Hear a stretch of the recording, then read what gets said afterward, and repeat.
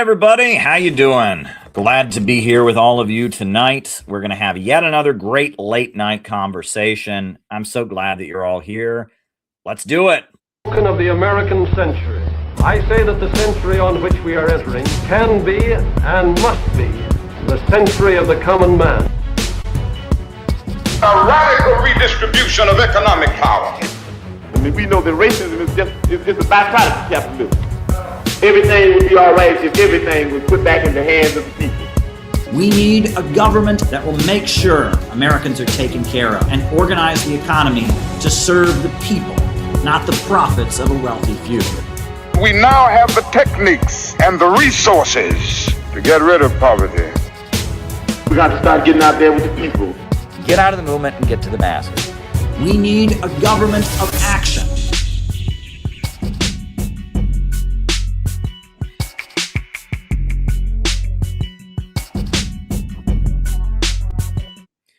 Welcome, everybody. I am so glad to be here with all of you.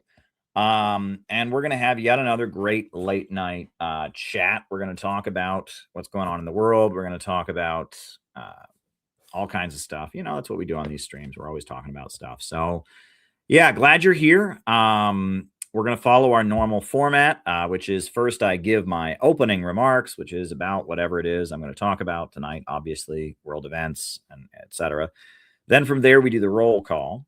And then from there, I answer your questions for the remainder of the night. So if there's something you would like me to discuss in the second half of the show, send a Rumble rant. 2 people already have, and I'll be answering their questions first.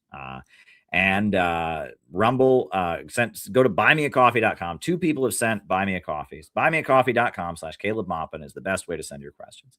You can also do Rumble rants on the Rumble, and you can cash at me at Caleb Maupin 22. All are appreciated. And I make the second half of the show as lively as you can. Get me talking. Give me something fun and exciting and interesting to talk about in the second half of the program. That is my challenge to you. So, as far as announcements, this YouTube channel is about activism, and it is about an organization called the Center for Political Innovation. And we now have this lovely short video about the Center for Political Innovation. So, yeah, this is us.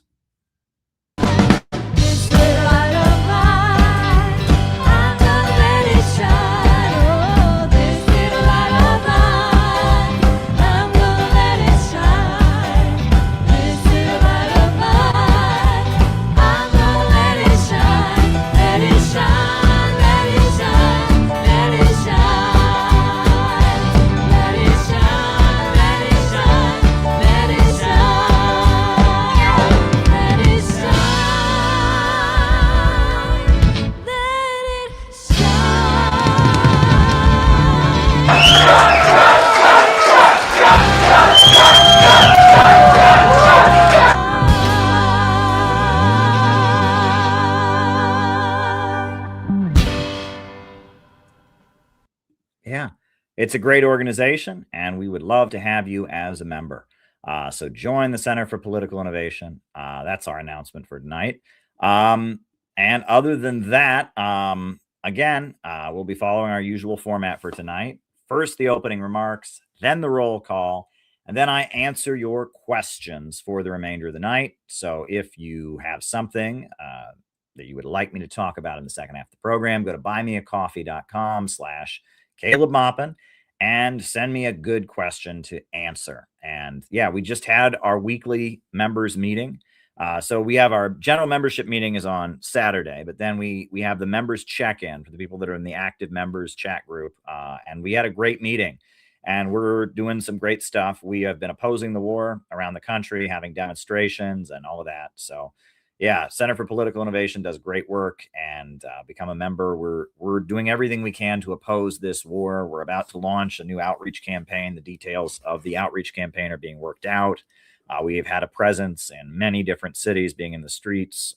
Our anti-war actions in Los Angeles were just picked up and noted by a very large YouTube channel and a great video that I showed you all last night. There's a couple things that need to be noted about the war. one thing that many people are concerned about. One of them is Max Blumenthal. Max Blumenthal is a journalist who does a lot of anti-imperialist reporting.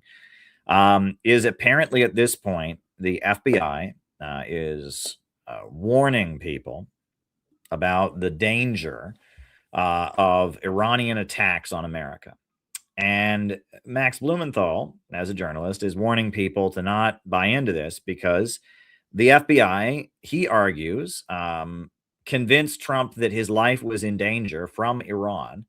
And that's how Trump was convinced to launch this war, as that, that there was an entrapment operation. That wasn't really an attempted assassination of Trump. It was just kind of an entrapment operation that was set up.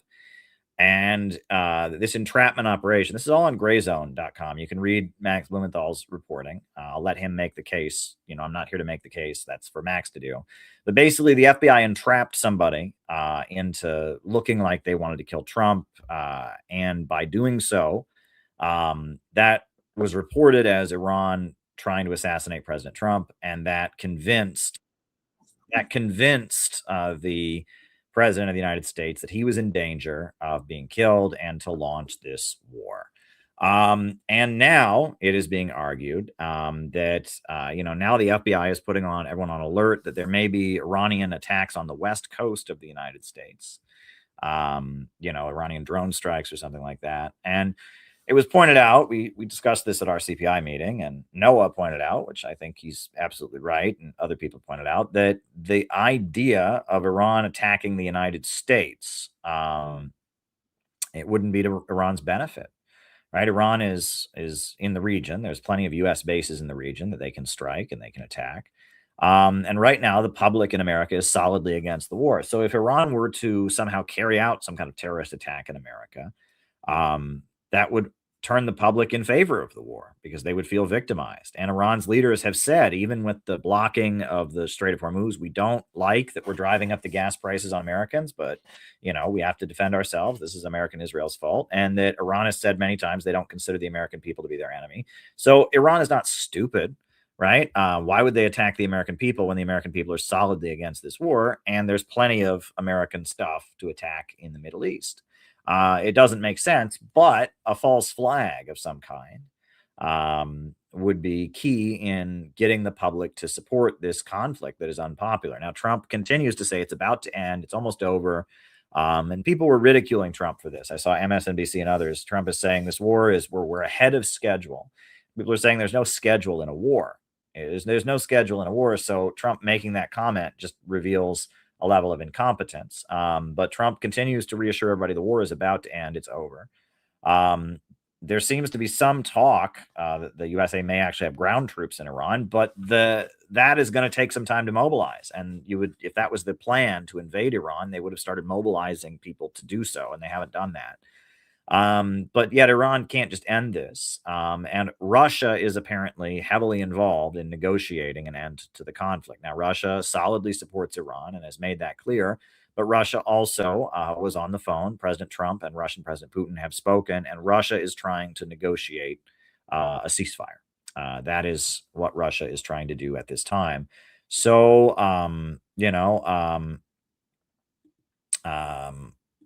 we'll see.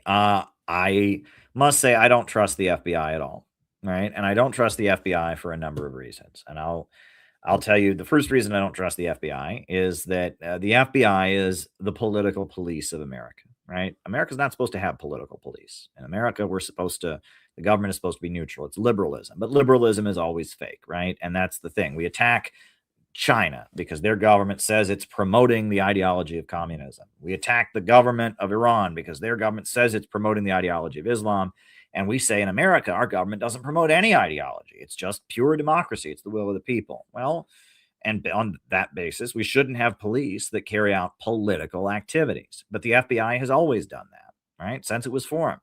The U.S. Department of Justice has always had officers. A lot of people just think the FBI are the feds. They're the federal police. That's not true. In the United States, we've had the Department of Justice, the Attorney General that enforces federal law, prosecutes people in federal court, and that's the head of the Department of Justice. And the Department of Justice has, the way the federal government works, you have the legislative branch. That's the Congress, the House of Representatives, the Senate. That's the legislative branch. You have the judicial branch. That's the Supreme Court. The Supreme Court and the federal courts that are below it, right? And then you have the executive branch, which is the president. And the president is the head of the executive branch. And within the executive branch, there are departments. There's the Department of Treasury that handles U.S. government funds. That's how the government pays people. You have the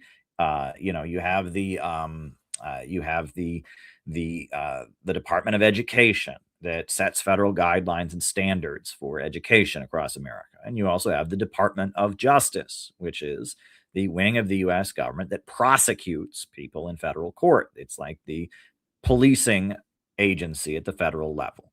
And within departments within the executive branch, right, you have branches of government. We have the three branches. And then within the branches, we have departments, right?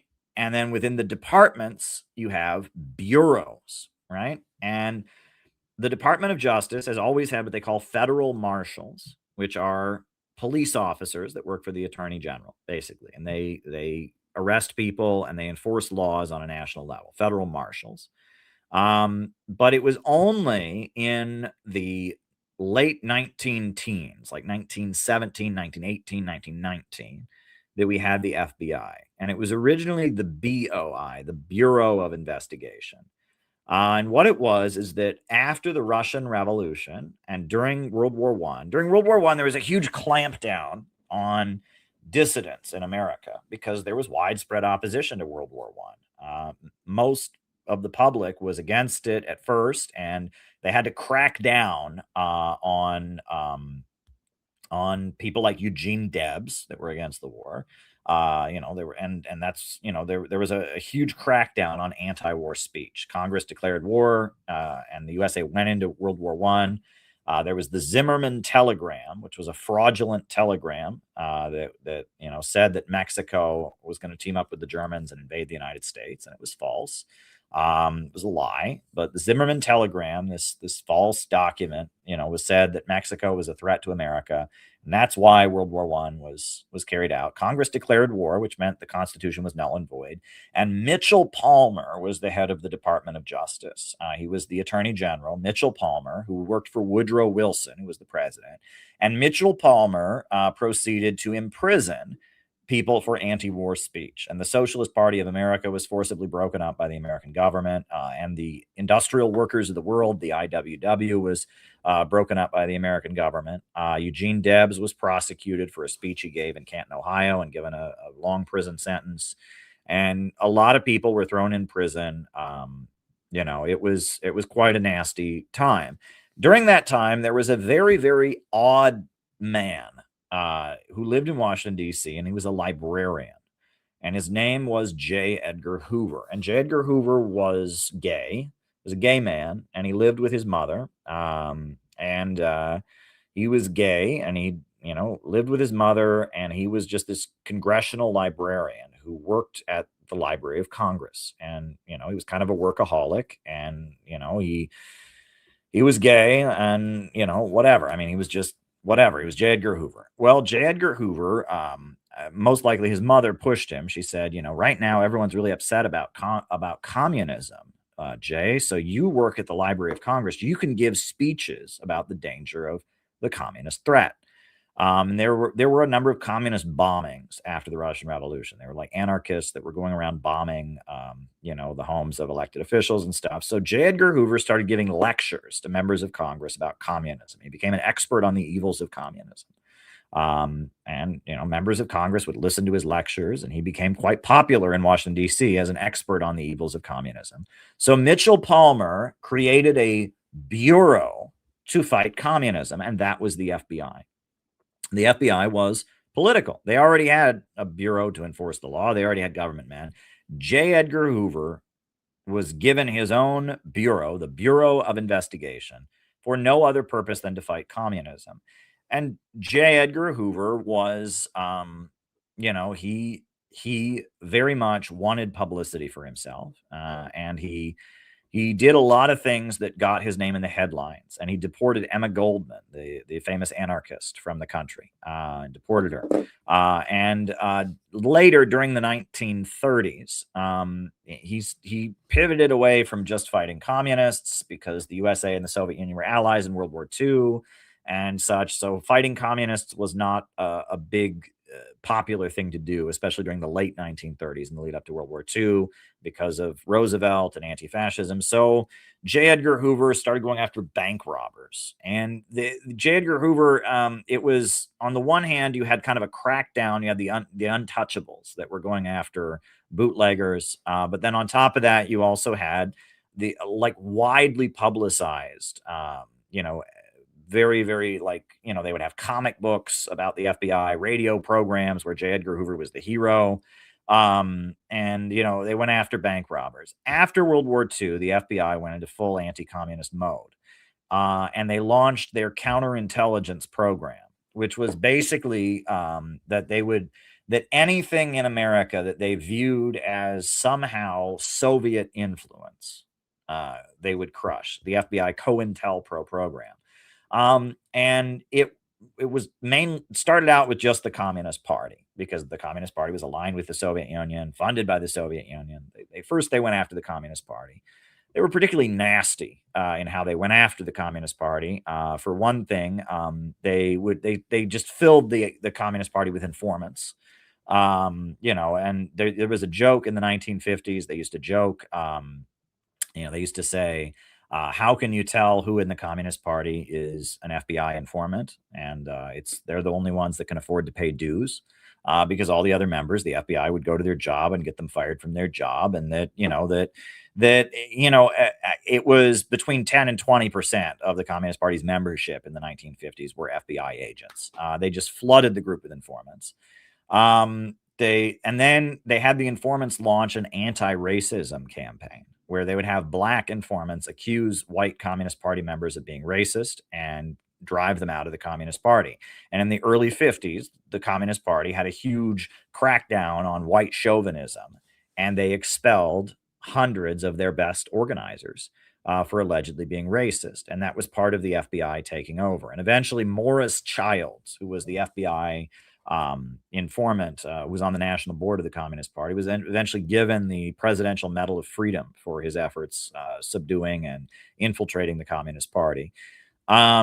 And they went after the Communist Party. They did really nasty things. There was a dock worker in Brooklyn, New York, who they framed him for stealing money from the party. And they would basically steal money from the party and frame it so it looked like he was stealing the money. And he got expelled from the party for stealing the money and eventually committed suicide. It's a really nasty case. You can read about this in Ward Churchill's book, The COINTELPRO Papers. But it didn't just stop there. The Communist Party was very dedicated to the Black freedom struggle, so the FBI decided that the Black freedom movement was an expression of communism. And so they went after Dr. Martin Luther King Jr., and they hid cameras in Dr. Martin Luther King Jr.'s hotel room.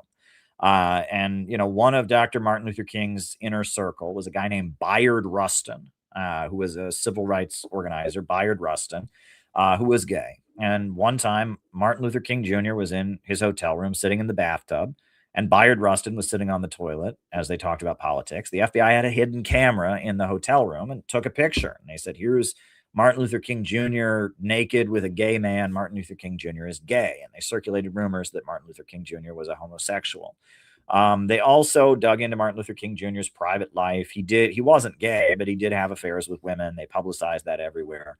And they went after Martin Luther King Jr. and they sent him letters urging him to commit suicide, saying they would destroy his reputation. They just viciously went after Martin Luther King. And Martin Luther King was not a communist and he was not a Soviet agent, but they considered the civil rights movement to be an expression of communist goals. Communists were trying to agitate. They went after the Black Panthers. You can read all about what they did, setting the stage for the murder of Fred Hampton. The FBI was very partisan in American politics. And I used to work for Ramsey Clark. Ramsey Clark was the attorney general appointed by Lyndon Johnson. And Ramsey Clark spent his entire 4 years as U.S. attorney general fighting against J. Edgar Hoover. And there are recordings of Lyndon Johnson and Ramsey Clark talking about how J. Edgar Hoover and the FBI didn't follow orders. They would have meetings and they just didn't show up. And that the FBI was wiretapping people without warrants frequently. And Ramsey Clark is talking to Lyndon Johnson. It's an audio recording you can find here on YouTube. And Lyndon Johnson says, how is he doing this? He's wiretapping people without warrants. He says, well, it's technically illegal, but there's no penalty, right? You can't wiretap somebody without a warrant. It's a violation of the U.S. Constitution, right? You can't be searched. You can't be spied on by the government unless they have a warrant to do it. And J. Edgar Hoover would just spy on people whenever he felt like it.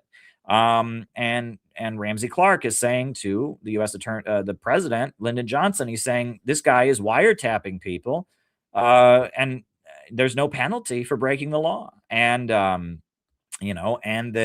that Lyndon Johnson was the guy who signed the Civil Rights Act into law. And Lyndon Johnson believed that the civil rights movement was necessary, believed in the Voting Rights Act, the Civil Rights Act. And Ramsey Clark had marched for civil rights, and he believed in the civil rights movement. And J. Edgar Hoover did not. J. Edgar Hoover thought the civil rights movement was a communist conspiracy.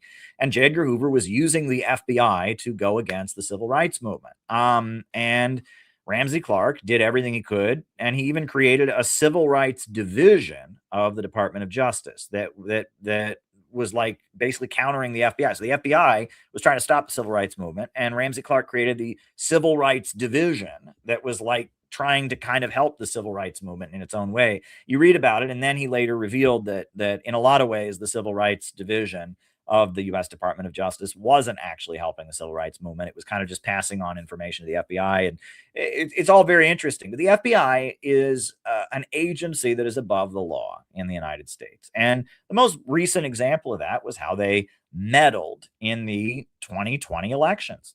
Trump lost the 2020 election to Joe Biden because of the FBI.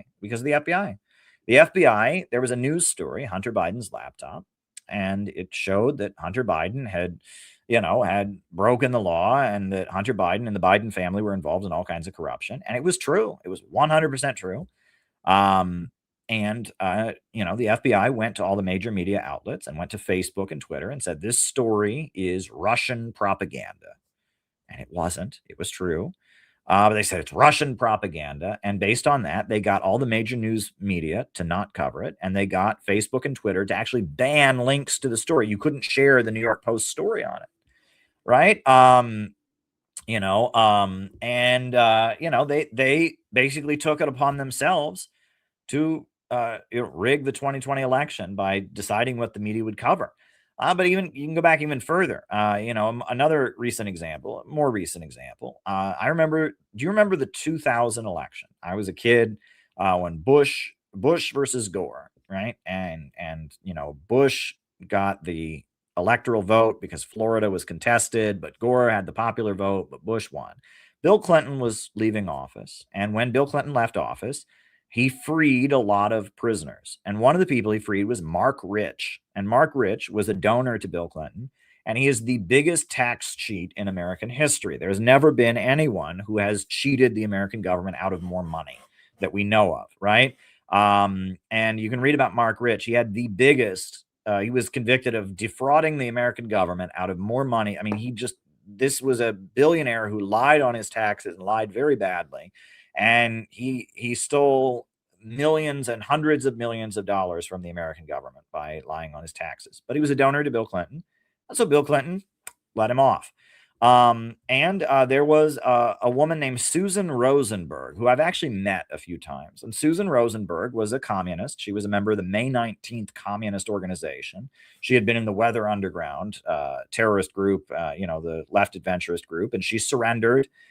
She didn't surrender. The Bernardine Dorn and Bill Ayers, they surrendered in 1980, but she didn't. And she kept going. She was the May 19th Communist Organization. And she was eventually arrested for possessing illegal firearms, and she was in prison. She was from a wealthy Jewish family in New York City, and she did like 20 years in federal prison. And Bill Clinton, as he was leaving office, he freed Susan Rosenberg.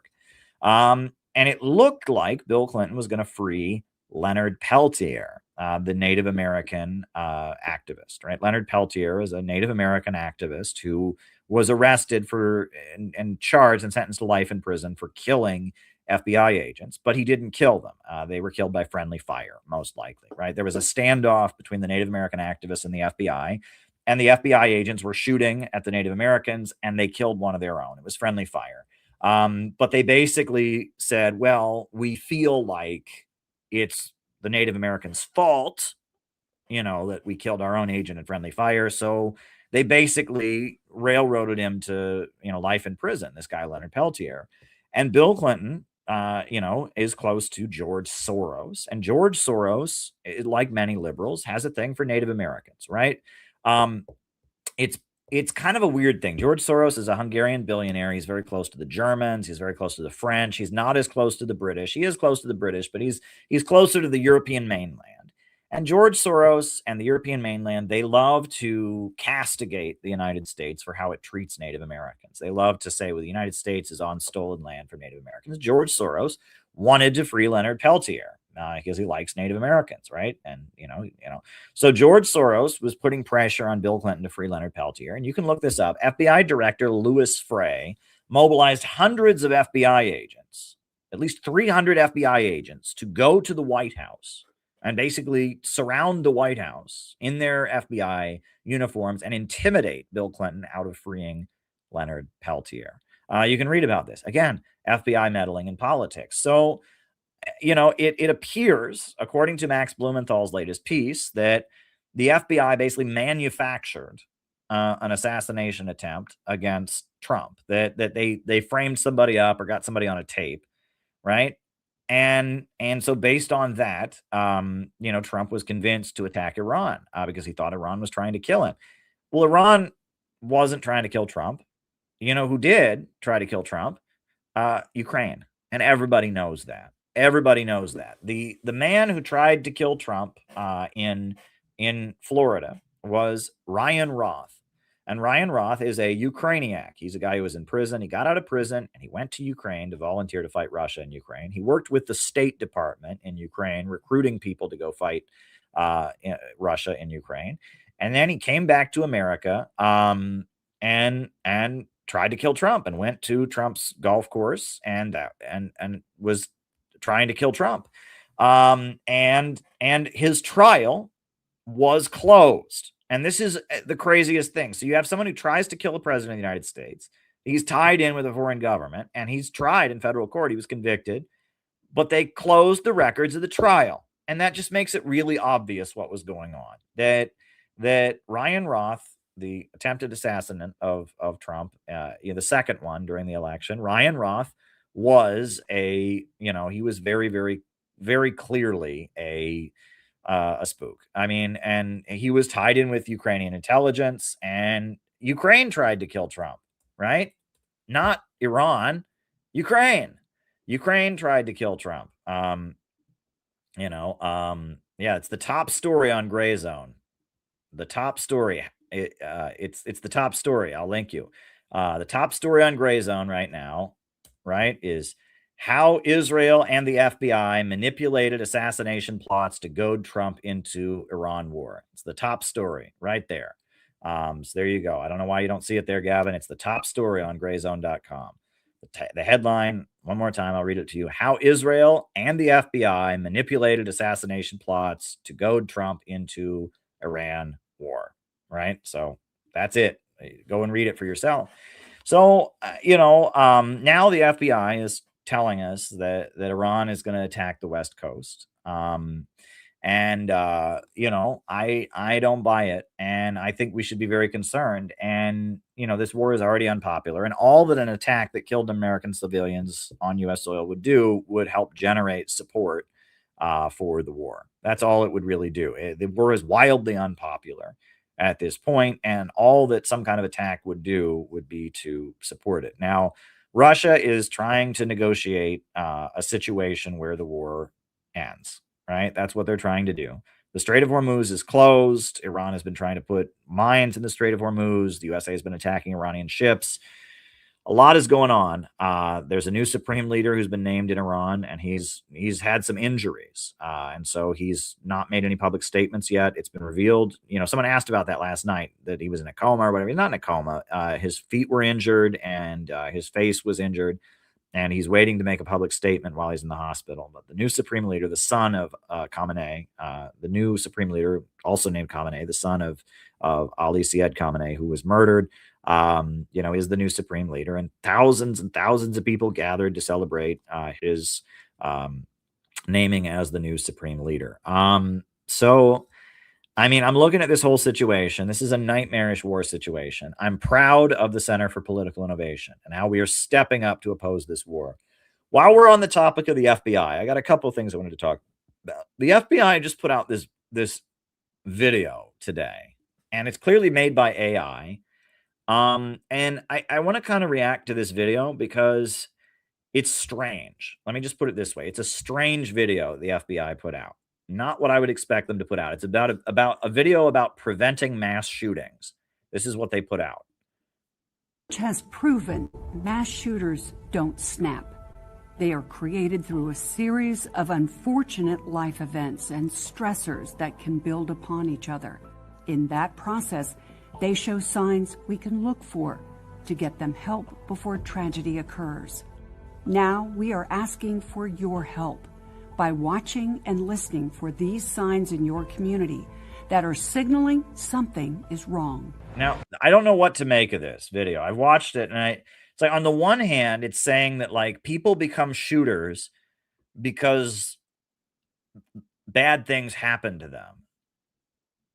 And so be nice to other people, maybe. And if you see someone suffering, be nice to them so they don't become a shooter and kill you. But then on the other hand, it sounds like they're almost saying, like, if you see somebody who's down on their luck, turn them in to the FBI immediately. It's a very strange video, right? So it's like, it starts out, shootings happen because of a series of unfortunate events or hardships. This is odd. So let's just continue. It's a very, very, very, very strange video. It's building the case for ratting out your neighbors, regular people. Yeah, maybe.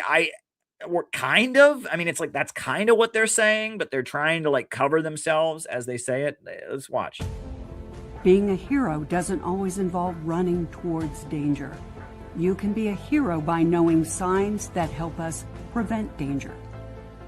Look for people around you who are struggling. They may have changed in a way that makes you worried. You know, look for people around you who are struggling. This whole damn country is struggling right now. Right? Have you seen the price of gasoline? I am blown away. I bought a Diet Coke today from a fast food restaurant. I went into a fast food restaurant. I was in Manhattan today. Before I got on the train to come home, I've got a large Diet Coke. And do you know how much it cost me? It cost me $5.96 for a Diet Coke. That's ridiculous, right? And, you know, I mean, the whole country is struggling. So if you're looking for, if that's all you have to look for anybody. I mean, we're all getting squeezed. Rent is ridiculously high. Wages are way too low. Everyone's working 3 part-time jobs. I mean, you know, so, I mean, and everything costs way too much. FBI BAU research shows there are common behaviors to look for. It's the coworker who feels deeply wronged and can't let it go. That's right. If you get mad at your boss, better turn him into the FBI. The coworker who feels wronged. It's not like bosses ever do anything wrong, right? So if you get mad at something your boss does and you don't just let it go and accept it, you might be a mass shooter. Turn him into the FBI. Turn him into the FBI, especially if he's trying to organize a union in the workplace. Better turn him into the FBI. The coworker who just won't let it go. How many people have you met who don't let things go and also don't become mass shooters? Patient's family member who holds the hospital responsible for their loved one's pain. Maybe we should have healthcare available to everybody and not crazy medical bills. You know, just saying. You know what I'm saying? It's a client who is going through crisis, has withdrawn from treatment, and might be thinking about self-harm. The main reason people stop mental health treatment is because their insurance won't pay for it anymore. You know that, right? I mean, it's, a lot of times if people need mental health treatment, the insurance is only going to pay for 9 sessions or something like that. Research shows that someone is much less likely to become a shooter if someone notices these signs and tells someone. We can all be heroes simply by noticing behavior changes, caring for our communities, and saying something when we are worried. Talk through your concerns with someone you trust and make a plan for how to help the person who is struggling. Be a hero. Know the signs. Speak up. I mean, that was, again, it reminded me of during the 90s. I was a kid in the 90s, right? And during the 90s, especially late 90s, right? You had the whole school shooter phenomenon, Columbine. And the Columbine massacre, they said it was about bullying. It was not about bullying. And there was this whole phobia. And it was watch out for the signs of a killer. And so it was kind of like that. But this was also kind of like people become killers because no one cares about them. But, if you turn somebody into the FBI, that's not a sign that you care about them now, is it? Hospitals are closing. Yeah, exactly. I mean, and so that video was just, so wait a second. So if you know someone who's struggling, who's mad at their boss, if you know somebody who is angry at a hospital and blames it for the health, if you know somebody who ends their mental health treatment, report them to the FBI immediately. It's particularly nuts. What was the Columbine massacre about? Gavin asks. I have done long streams about it, but basically the Columbine massacre was there was I believe Eric Harris was the mastermind behind it. And Eric Harris was a sociopath. He was chronically bored. And he took pleasure in violence, right? Like most sociopaths are just bored, and sex and violence puts off their boredom. They just don't connect with other people in the same way. And Eric Harris, his father was a high rank, was involved in U.S. military stuff. And Eric Harris, the young man, was a sociopath from a young age, tortured animals, was obsessed with violence and killing, fantasized about violence and killing people. He was just your typical sociopath. And he was chronically bored with the world, and he wanted to kill people. And, it was entertaining for him because he didn't have normal emotions like other people did. Dylan Klebold was his co-conspirator, and Dylan Klebold was mentally disabled. He was, he had an intellectual disability. And Dylan Klebold was just kind of, he didn't fit in. He was just a mentally disabled young man. So Eric Harris, who was a psychopath, took Dylan Klebold kind of under his wing and, convinced Dylan Klebold to go along with him, and became Dylan Klebold's best friend, and, influenced Dylan Klebold to become, a mass murderer along with him. And the crazy thing was that they say it was about bullying. Eric Harris was a noted bully himself, and he bullied other students because he was a sociopath. Dylan Klebold was bullied to some degree or other, but that wasn't the motivation. It was just that Eric Harris was his friend and showed interest in him, and that Eric Harris had been learning how to manipulate Dylan Klebold and get Dylan Klebold to do things for him. And, it was just a pretty evil kind of situation, and that everything we were told about it was wrong. Number one, we were told that the shooters were part of this thing at their high school called the Trench Coat Mafia. And they were not. There was a club, I shouldn't even say a gang, but there was a circle of friends at the high school called the Trench Coat Mafia. The only day that Eric Harris and Dylan Klebold were seen wearing trench coats was the day of their shooting, and they hid their guns inside their trench coats. They were not part of any Trench Coat Mafia, number one. Number two, we were told that Marilyn Manson, for some reason, they picked Marilyn Manson, right? Marilyn Manson, the goth, metal MTV guy, they picked him to be the one that was responsible. They didn't actually listen to Marilyn Manson. They listened to Rammstein. They were not fans of Marilyn Manson. There's no evidence of that. They said it was about bullying. It wasn't about bullying. One thing, though, is that I believe it was Eric Harris on the day of the shooting wore a T-shirt that said "Natural Selection." it said natural selection, which is, and that he was an admirer of Hitler, right? And that he also was an admirer of Friedrich Nietzsche, and he was a Malthusian. And his T-shirt that he wore on the day of the shooting said "natural selection." So that's one thing. The other thing was that they did they did taunt people and kind of torture people before they killed them. And there was kind of this is where it gets very grim. There was kind of a like Eric Harris was, sadistically, people were terrified and fearing for their lives as they were dying, and he was saying things to them about going to hell or going to heaven or meeting Jesus, etc., in a very sadistic and cruel way. So then the mother of one of the victims wrote an evangelical Christian novel called She Said Yes, which was fiction, didn't happen. About, she was asked, "Do you believe in Jesus?" And she said yes. And so she was a martyr for Jesus. And that actually is not what happened. Eric Harris was using religious rhetoric as he was murdering students in the library, but it wasn't a case of She Said Yes. That the She Said Yes book that everybody read, that was just like required reading. It wasn't literally required reading, but everyone at my school read this book. It was these were the Bush years, a big evangelical Christian, manifesto called She Said Yes. That actually is false, right? That gives an account of the death of one of the students as being a martyr for Christianity, and it wasn't true. So just throwing that out there. But yeah, that video from the FBI is very bizarre. And it seemed like on the one hand, it was like people become shooters because bad things are happening.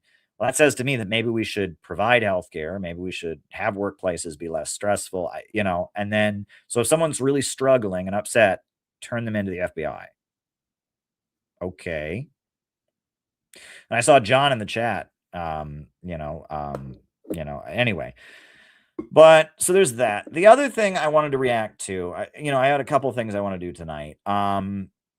But one thing I wanted to react to is, so this video came across my feed. And this video is interesting on a couple levels because it is about history and it's kind of mocking wokeism, but kind of also making anti-wokeism look dumb. And it's talking about the Aztecs. So this is a video that came up on my feed, and I'm going to kind of react to it. I'll play it once, and then we'll talk about it. It's about the history of Mexico, basically. So here we go.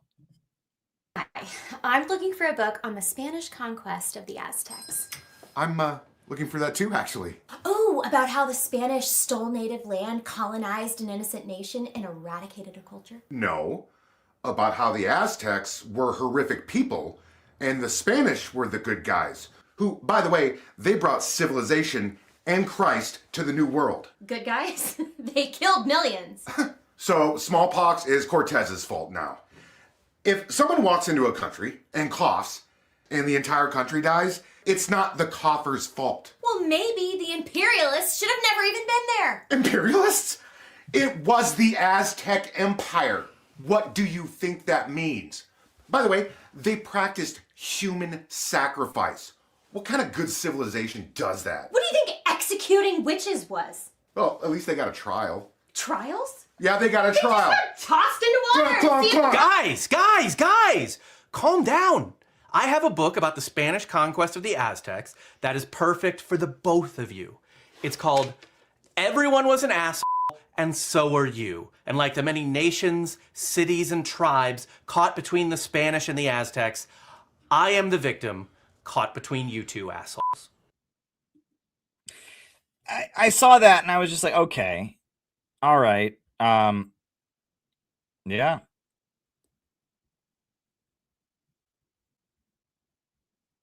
Yeah, I saw that video and I was just like, okay, so like, let's talk about this, right? The important thing about the Aztecs is the Aztecs were ancient Rome in Mexico. And this is actually a really important point, right? Is, the Aztecs, it was the Roman Empire in a lot of ways. It was slavery, right? It was a city a giant city, Tenochtitlan, which is now Mexico City. It was a city on a river, basically. I mean, it was Rome, basically. They conquered various people throughout the region and brought slaves to Tenochtitlan. And instead of having a coliseum where they had gladiatorial shows and fed people to lions, they had human sacrifices. But it was a slave empire, and it was pretty awful. And I mean, the Aztecs were not anti-imperialists. The Aztecs were not primitive communists. There was tribal primitive communism all over the Americas, but the Aztecs were not doing that. The Aztecs were, it was the Roman Empire, basically. It was a slave empire. But at the same time, the Spanish were pretty brutal, and Spanish colonialism wasn't nice either. And I look at that, and well, first of all, like the word imperialism, right? Imperialism, he's talking about colonialism. This was colonialism, right? Spain was still in feudalism, and it was starting to expand, and territorial expansion was going on, and they were seizing parts of the New World, for the Queen of Spain, and that was colonialism. Imperialism as the stage of capitalism didn't develop until later. And it wasn't just smallpox. I mean, they were, forcibly converting the indigenous people to Native America, to Christianity. They were, utilizing them as slave laborers, etc. I mean, it wasn't. What is interesting, though, is that within the Catholic Church, there were people among the Catholic clergy in Spain speaking up and saying we can't treat the Native Americans so badly. And there were people within the Spanish church that were saying, look, just because we're converting these folks to Christianity doesn't make it okay to exploit them and kill them and torture them, which is what the Spanish were doing. And there was mass rapes. I mean, it was pretty awful. What was happening. From the time of Columbus to Cortez, this was not. We shouldn't pretend that it was good, right? And I don't know. I just saw this video and I was just like, okay. This is, the atrocities of the Aztecs don't justify the crimes of Spanish colonialism. The Aztec Empire was very, very brutal. No question about it. And it was kind of, the Spanish were able to kind of play on the resentment of a lot of the tribes in Mexico against the Aztecs in order to remove them. And I just saw this video and I just thought, like, what is that? Yeah, I don't know. I don't really have much more to say about it. But I saw that and I just thought, okay, that's something. And yeah, there you go. We in CPI, we have various plans to continue opposing the war against Iran. And we're planning some actions coming up. We're mobilizing. It looks like we're going to intervene at the No Kings rallies around the country on March 28th. There's going to be No Kings rallies, which are just liberal democratic mobilizations against Trump. But we are going to mobilize on the margins of the No Kings rallies. We're going to mobilize, anti-war demonstrations and anti-war outreach to the No Kings rallies. That is our plan at the moment. And so we're figuring out exactly how that's going to happen. We're also planning a new outreach campaign for CPI, and I'm really proud of how effectively CPI has intervened, in the aftermath of this horrendous war breaking out. And I hope that the war ends. I really, really do hope that the war ends soon. That is my hope. So at this point, I'm going to put on, Mao Zedong, right? Mao Zedong said, and I've quoted it many times, in Mao Zedong's last statement that he ever gave, it was like, the people of the world must unite against U.S. imperialism and its running dogs. And that's the statement that begins with the mantra that I quote at the end of these videos. The opening paragraph of that statement is, ever since World War, the opening statement is, A new upsurge in the struggle against U.S. imperialism is now emerging throughout the world. Ever since World War II, U.S. imperialism and its followers have been continuously launching wars of aggression, but the people of various countries have been continuously waging revolutionary wars to defeat their aggression. The danger of a new world war still exists, and the people of all countries must get prepared, but revolution is the main trend in the world today. That's the opening paragraph of the statement. But the statement is very short. It's less than a page. But there's another quotation from that document that I've quoted about Yemen many times. The people of a small country can surely defeat aggression by a big country if only they dare to rise in struggle, take up arms, and grasp in their own hands the destiny of their country. All right? And that's a really powerful passage. The people of a small country can surely defeat aggression by a big country if only they dare to rise in struggle, take up arms, and grasp in their own hands the destiny of their country. That's a very profound statement, and I think it applies to Iran. And, I love Cornelius Cardew, and one of my favorite pieces by Cardew that I actually have gotten emotional about it sometimes. I think about Yemen, and I will actually get quite emotional, is a meditation on that passage that he did. And it's called Vietnam's Victory. And after the Vietnamese won the Vietnam War, he wrote this piece called Vietnam's Victory that was dedicated to the Vietnamese people, congratulating them on their victory. This is the piece. It's quite powerful. And if you think about Iran and their struggle right now, how they're being attacked by the U.S. imperialists, but how the people of Iran are coming together, taking up arms and grasping in their own hands the destiny of their country, and how Iran is a small country in comparison to the United States, and it's up against a large country, the United States, but the people of Iran are rising in struggle. Just listen to these words and meditate on this for a little bit. And when I get back, I will read to you another chapter from the Trotsky book, and then I will answer people's questions. If you have a question for the second half of the show, you can send it via Rumble Rant, Cash App. The best way to do it is go to buymeacoffee.com, and just, send me a question for the second half of the show.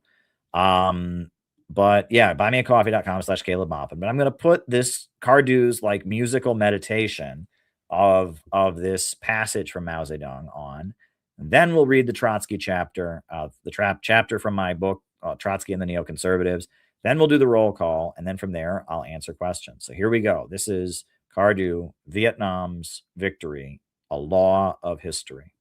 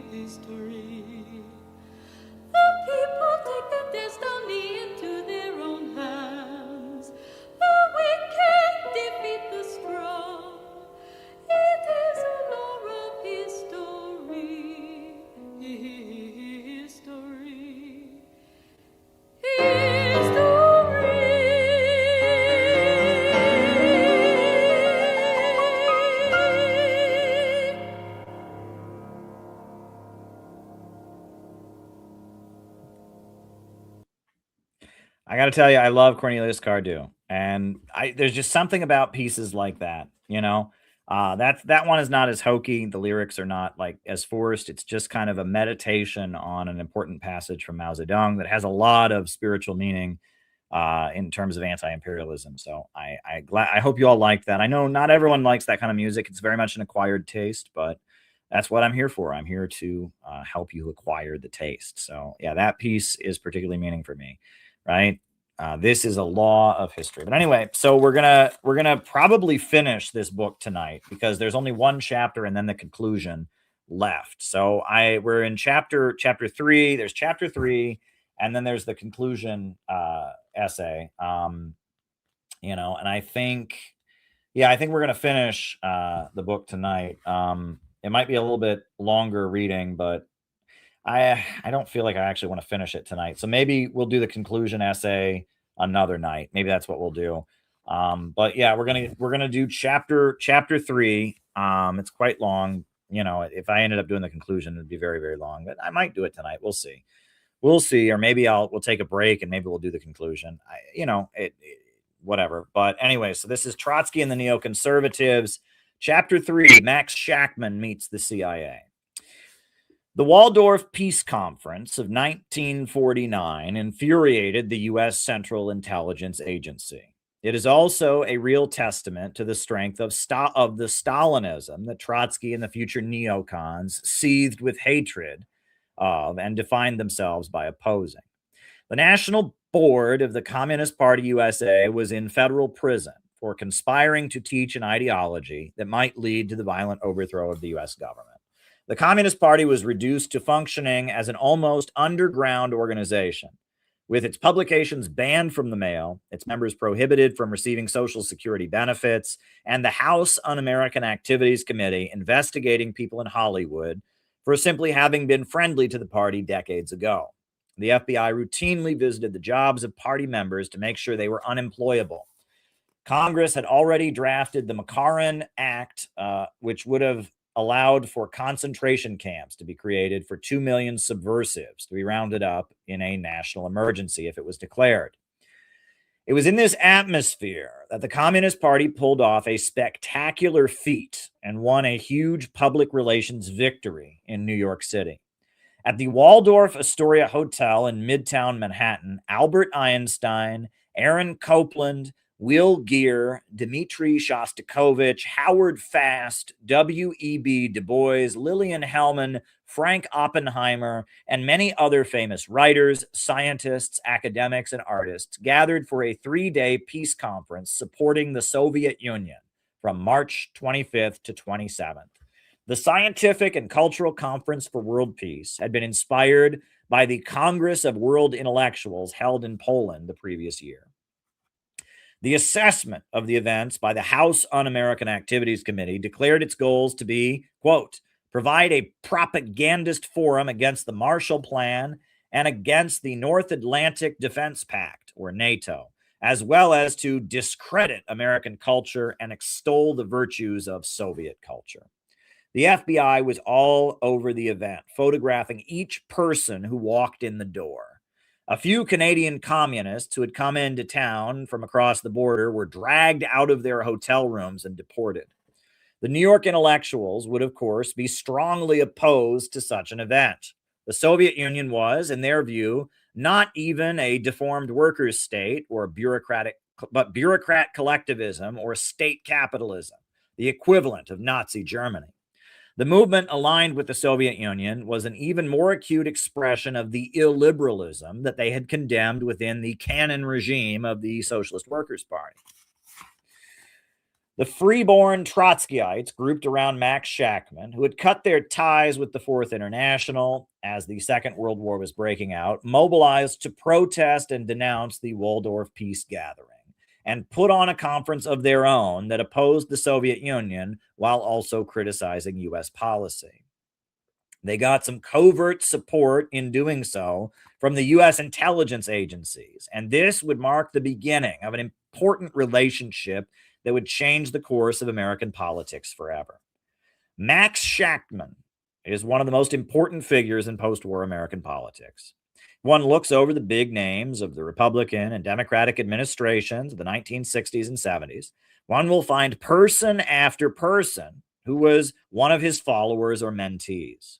It's rather ironic that so few people know his name, and that he is generally only referenced among scholars of American Marxism or the history of the Trotskyist movement.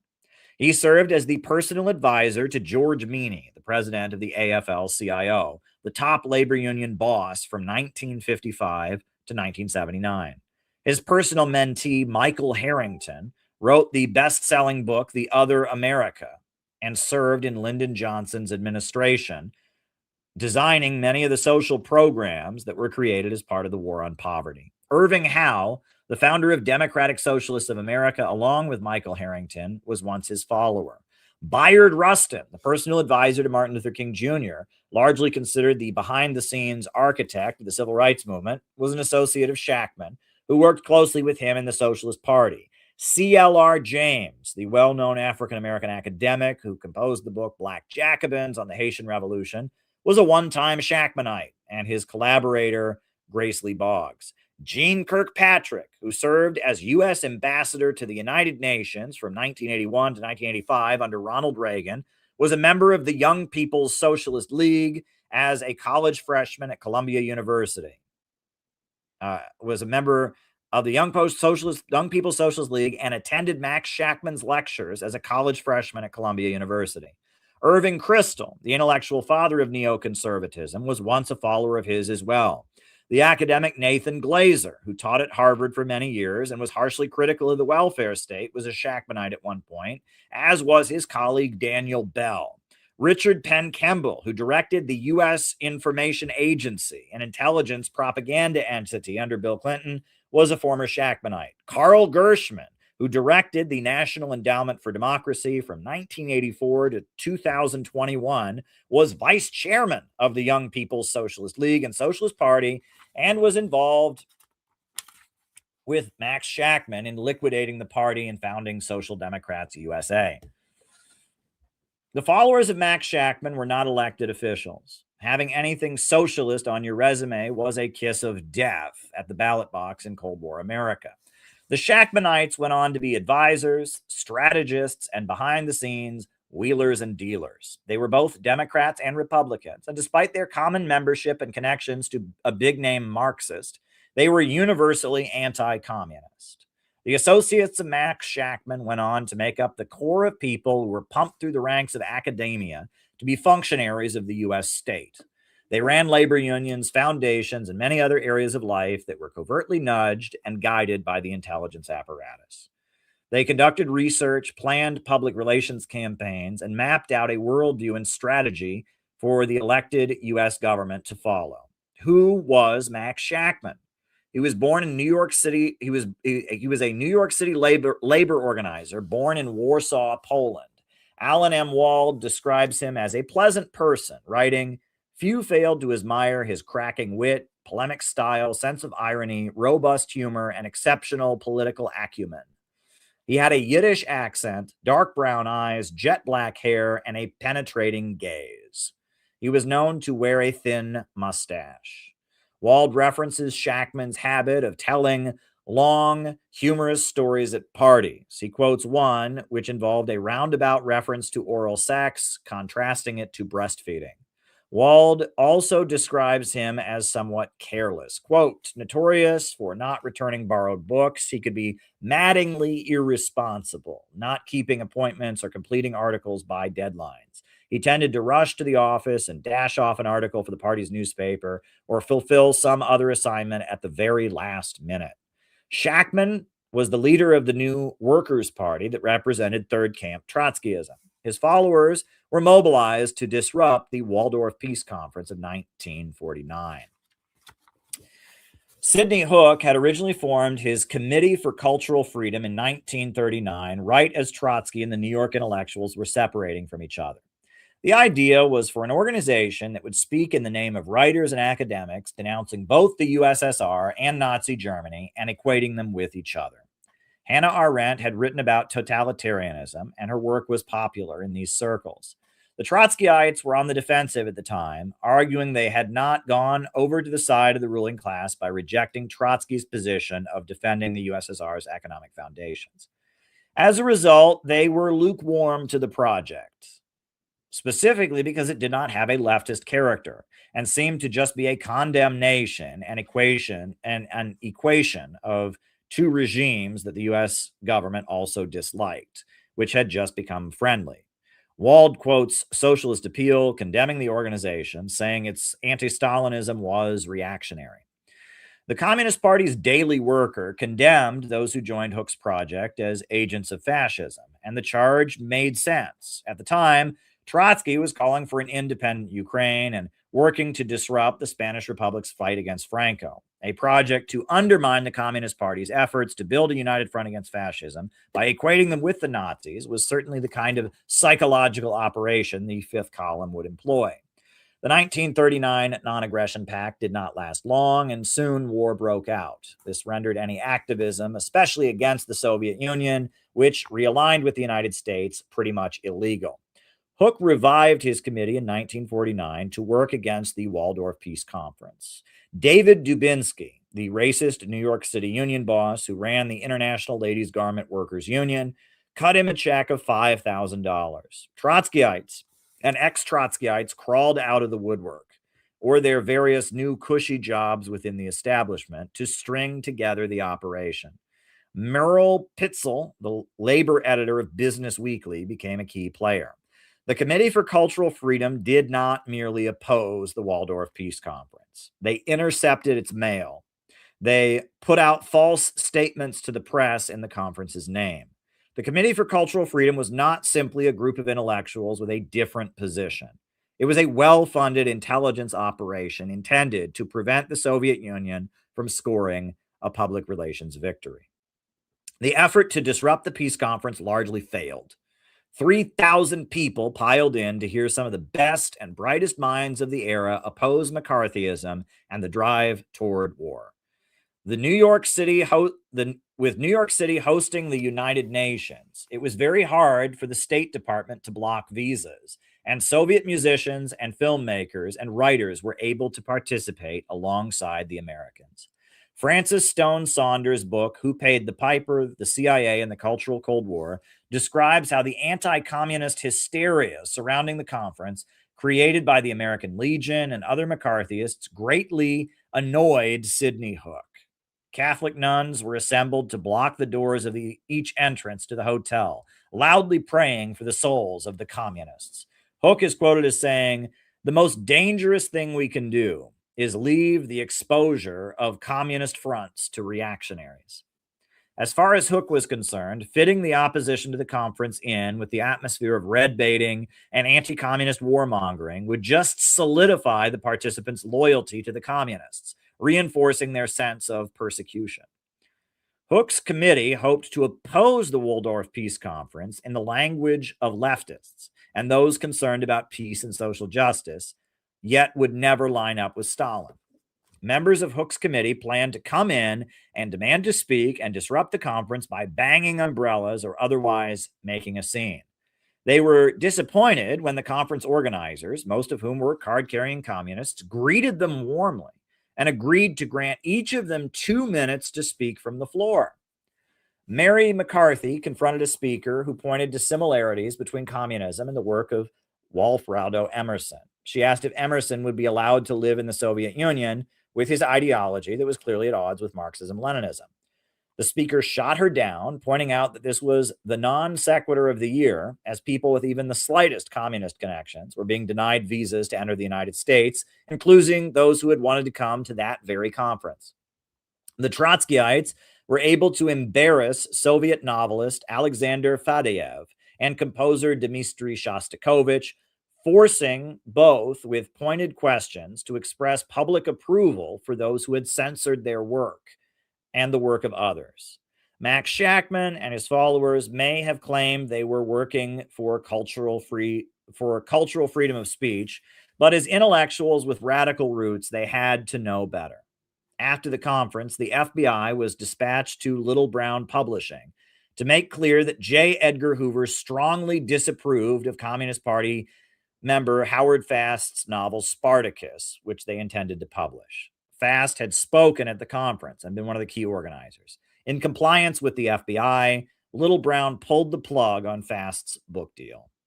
Partisan Review magazine had been in print since its revival in 1937, but now it started getting a lot of funding and promotion. The Committee for Cultural Freedom soon evolved into the Congress for Cultural Freedom and began writing them hefty checks. And where did the money come from? The American taxpayers. The Congress for Cultural Freedom is considered one of the most successful programs of the U.S. Central Intelligence Agency.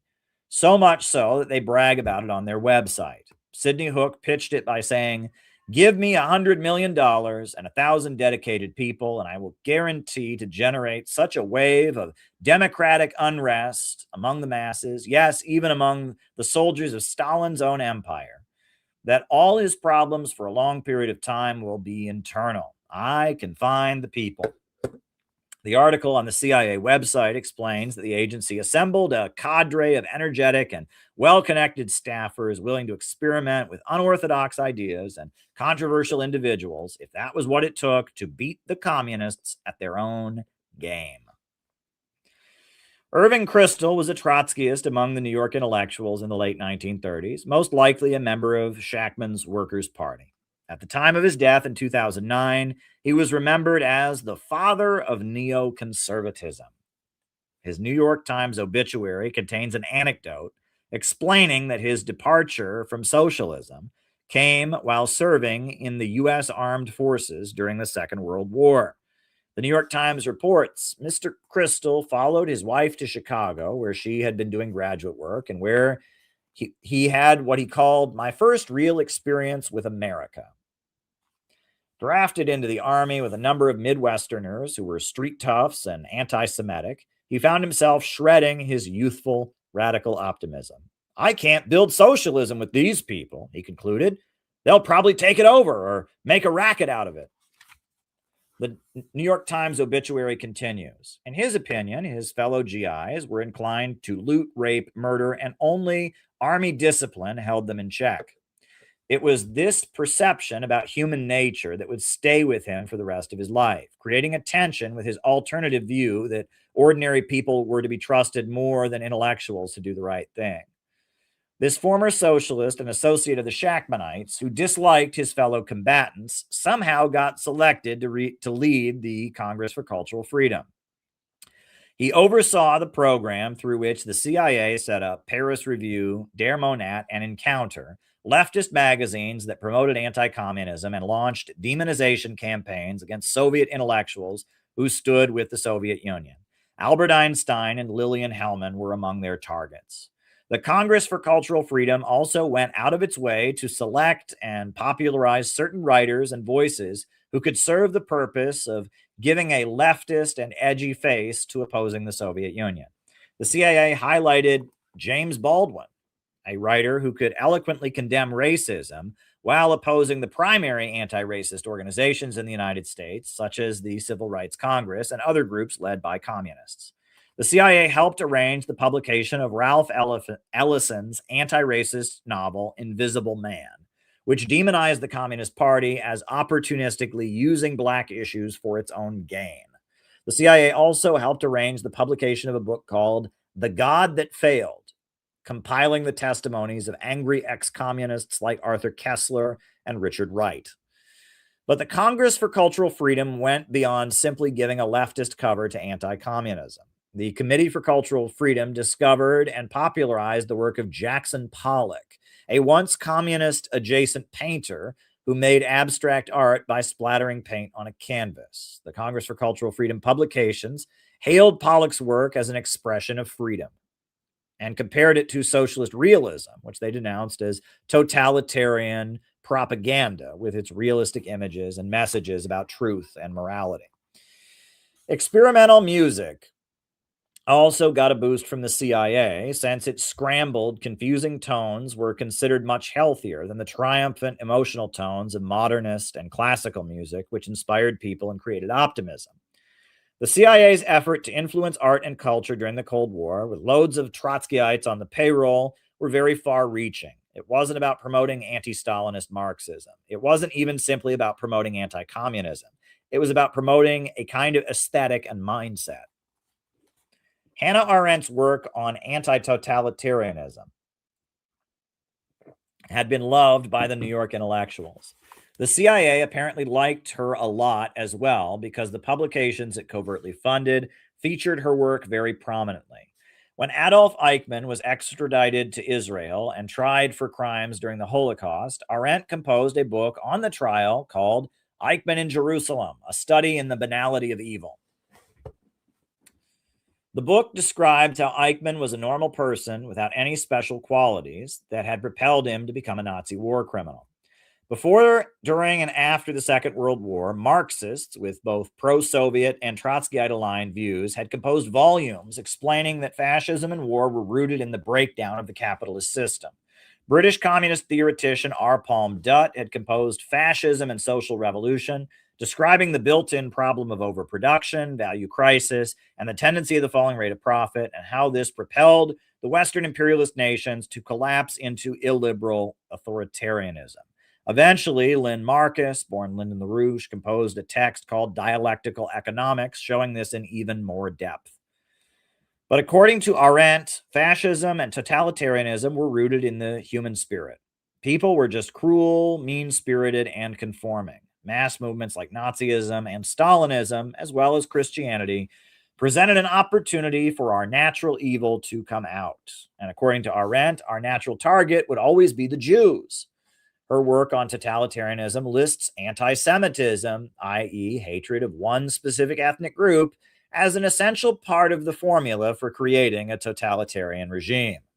Hannah Arendt was also a harsh critic of Zionism. She composed a book highlighting Zionist collaboration with the Nazis. She was widely condemned for her relationship with far-right philosopher Martin Heidegger, who had ties to the Nazis and had engineered much of their vision for a conservative revolution. After the Second World War, fascism was pretty universally hated. The crimes of the Holocaust were well documented. German and Japanese society were in a state of mass repentance and acknowledgement of war guilt. The anti-fascist credentials of the communists were solid. Communists had led the partisan brigades that killed Mussolini. They had led the underground resistance in France and had organized the Korean workers in Japan to sabotage war industries and save Chinese and American lives on the battlefield. The communists had battled Oswald Mosley on the streets of London and Franco in the fields of Spain years before the Allied nations had solidified their anti-Nazi position. Communists condemned McCarthyism and racism for their ideological overlap with the Nazis. During the Second World War, the Communist Party had worked hard to highlight the oppression of Black people and link it to Nazi ideology in the public mind. Many non-communist Jewish Americans were sickened by McCarthyism because it reminded them of Nazi rhetoric. Until the Second World War, over-the-top hatred for the Reds almost always linked them to an ethnic group that was significantly overrepresented in the Marxist movement. Marx's own writings speaking harshly against Jewish people and their call for religious freedom, and Lenin's vehement condemnation of both Zionism and the Jewish Socialist Bund did not factor in. It is in the writing on fascism from the Congress for Cultural Freedom aligned CIA-promoted writers, most with Trotskyite roots, that we find their true feelings. The best way to target communism to their liberal-minded readers was to go after fascism and equate it with communism. This comes most blatantly in the work of Susan Sontag, who got her boost from Partisan Review. Her piece for the New York Times Review of Books entitled Fascinating Fascism broadens the definition of fascism to include any and all mass movements. She described the fascist aesthetic, explaining her view, "It is generally thought that National Socialism stands only for the brutish and terror. But this is not true. National Socialism, more broadly fascism, stands for an ideal, or rather ideals that are persistent today under other banners. The ideal of life as art, the cult of beauty, fetishism of courage, the dissolution of alienation and the ecstatic feelings of community, the family of man. Although the Nuba are black, not Aryan, Riefenstahl's portrait of them evokes the same larger themes of Nazi ideology: the contact between the clean and the impure, the incorruptible and the defiled, the physical and the mental, and the joyful and the critical. She goes on to describe what she considers to be fascist: extravagant effort and endurance of pain, mass groupings of people, the turning of people into things, the multiplication and replication of things, and the grouping of people and things around an all-powerful hypnotic leader, figure, or force. The fascist dramaturgy centers on the orgiastic transaction between mighty forces and their puppets, uniformly garbed and shown in swelling numbers. Its choreography alternates between ceaseless motions and congealed static virile posing. Fascist art glorifies surrender, it exalts mindlessness, it glamorizes death. Mass athletic demonstration, a choreographed display of bodies, are a valued activity in all totalitarian countries. The art of the gymnast, so popular now in Eastern Europe, also evokes recurrent features of fascist aesthetics: the holding in or confining of force, military precision. Sontag later went on to explain her true feelings in the early 1980s at a rally supporting the CIA-backed Solidarność labor unrest in Poland. Speaking to a crowd of anti-communist leftists who booed her, she said, "Communism is fascism, successful fascism, if you will. Communism is in itself a variant, the most successful variant of fascism." The Solidarność protests she was supporting were clearly being funded and directed by the Solidarity Center, a project of the United Auto Workers and the AFL-CIO to subsidize and promote anti-communist labor activism around the world. The AFL-CIO director at the time was George Meany. Max Shachtman was his personal assistant. The New Left had nothing to do with proletarians rising up against the bourgeoisie in the Marxist sense. Aside from the rhetoric of black nationalists and radicals, it had very little to do with oppressed and colonized nations resisting the imperialist economic order in the Leninist sense. But it carried over a thread from Trotsky and his theory of permanent revolution. Fidel Castro wrote about the New Left in a column for Grandma newspaper after he retired. He wrote, quote, "Both in the United States and in Europe, the big outdoor rock concerts were used to stop the increasing discontent among the population. According to recently released CIA documents, thanks to the Freedom of Information Act, Allen Dulles purchased over 100 million doses of LSD, almost all of which flooded the streets of the United States during the late 60s. Thousands of graduate students served as guinea pigs. Soon they were synthesizing their own acid. The overwhelming majority of anti-war protesters went into Students for a Democratic Society on the basis of outrage at the development of the Vietnam War. But once caught in the environment defined by the Tavistock Institute's psychological warfare experiments, Project MK Ultra is largely responsible for the popularization of drug culture in the United States during the 1960s.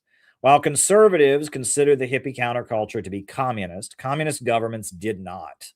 An article in the leftist publication Monthly Review called "How to Visit a Socialist Country" warns American activists who may visit Cuba, Vietnam, China, or North Korea that it will not match their aesthetic tastes. Marxist-Leninist governments tend to promote classical music, traditional two-parent families. Patriotism and militarism is a big and visible part of daily life. Trotsky condemned the Soviet Union as it solidified really existing socialism. His book, The Revolution Betrayed, speaks about Thermidor in the family and decried the pending ban on abortion. Marxism carried with it a spirit of rebellion and opposition to the established order and traditional morality. Trotsky held on to this and hated seeing the revolution he engineered back away from it. As the New York intellectuals got funded by American intelligence, they struggled to hold on to this subversive self-identity. While they did not want to associate with Stalin and his authoritarian regime and were happy to align with U.S. imperialism against it, they needed to feel that they were rebels and at odds with the status quo. The New York intellectuals all moved roughly in the same direction, more and more solidly into the U.S. camp during the Cold War and to the right wing of U.S. foreign policy. But as they made this march, they persecuted each other. The young Irving Howe is described by Alan M. Wald as an immediate and admiring supporter of Max Shachtman. He had organized the strike against imperialist war at City College in New York, encouraging his students to walk out in protest of draft registration and hear speeches from Sidney Hook and James Burnham that condemned both U.S. military escalation and Stalinist social patriotism in the name of anti-fascism. After Shachtman split with the SWP, he appointed Irving Howe to be the editor of the magazine Labor Action. Howe's work appeared in Partisan Review and Commentary. Howe started getting under Shachtman's skin as he refused to stick to the third camp script. Shachtman and the bulk of his followers were on the CIA payroll at this point, but publicly, Shachtman's position was neither Washington or Moscow. But Irving Howe started writing publicly what the Shachtmanites were already thinking, at least subconsciously. In 1948, he wrote that the situation in Eastern Europe was worse than it had been 10 years prior during the rise of Hitler, because now Stalinism had overtaken Czechoslovakia and Hungary. He called for honest pessimism. Finally, in 1952, after fighting with Max Shachtman about the nature of his Labor Action publication and his frequent straying from the plague on both your houses party line that accompanied an organization of CIA collaborators, Irving Howe resigned from the Independent Socialist League. His resignation, co-signed by his two close associates, Stanley Plastrick and Emanuel Geltman, proclaimed, "The third camp concepts now seem meaningless to us. As democratic socialists, our place is in the West, no matter how sharp our criticism of its bourgeois leadership." Shachtman's condemnation of Irving Howe was harsh. He accused him of political instability and referred to his collaborator, Stanley Plastrick, as a political chameleon. Shachtman declared that Howe had abandoned the cause and that openly supporting Western imperialist countries ceases to be, in the sense of the word, really socialist. Shachtman eventually liquidated the Independent Socialist League and joined the Socialist Party of America in the early 1960s. The SP refused to allow his followers the dignity of joining as a group and forced each one to apply individually as a kind of ritual humiliation, revenge on a rival tendency that was admitting defeat. Shachtman repudiated Leninism entirely, agreeing with the position he had long argued against, that it was inherently totalitarian and undemocratic. The Independent Socialist Club of UC Berkeley re-affiliated and broke with Shachtman, instead endorsing British Trotskyist leader Tony Cliff. The International Socialist Organization eventually emerged out of the remnants of the Shachtmanites who refused to give up on Leninism, becoming the primary campus leftist group in the 1980s and 90s. The ISO was funded by a nonprofit called Haymarket Books, which still exists. The primary financial backer of Haymarket Books was the Wallace Global Fund for Social Justice, paid for by the estate of Vice President Henry Wallace. The ISO dissolved in 2019 after a number of internal sexual scandals. It still operates as a faction of Democratic Socialists of America. Irving Howe's break with Shachtman was hardly the end of his political career. Howe flourished as an academic and held on to his socialist credentials. Howe wrote for Dissent magazine and condemned pacifist A.J. Muste for attending a peace rally and speaking alongside communist leaders. To be seen with the Stalinists in 1957 was an unforgivable crime. Wald notes that at the same time, Howe was openly endorsing the Democratic Party and had no qualms campaigning for and working to support the party Wald notes that at the same time, Howe was openly endorsing the Democratic Party and had no qualms campaigning for and working to support the party overseeing lynching and Jim Crow segregation throughout the South.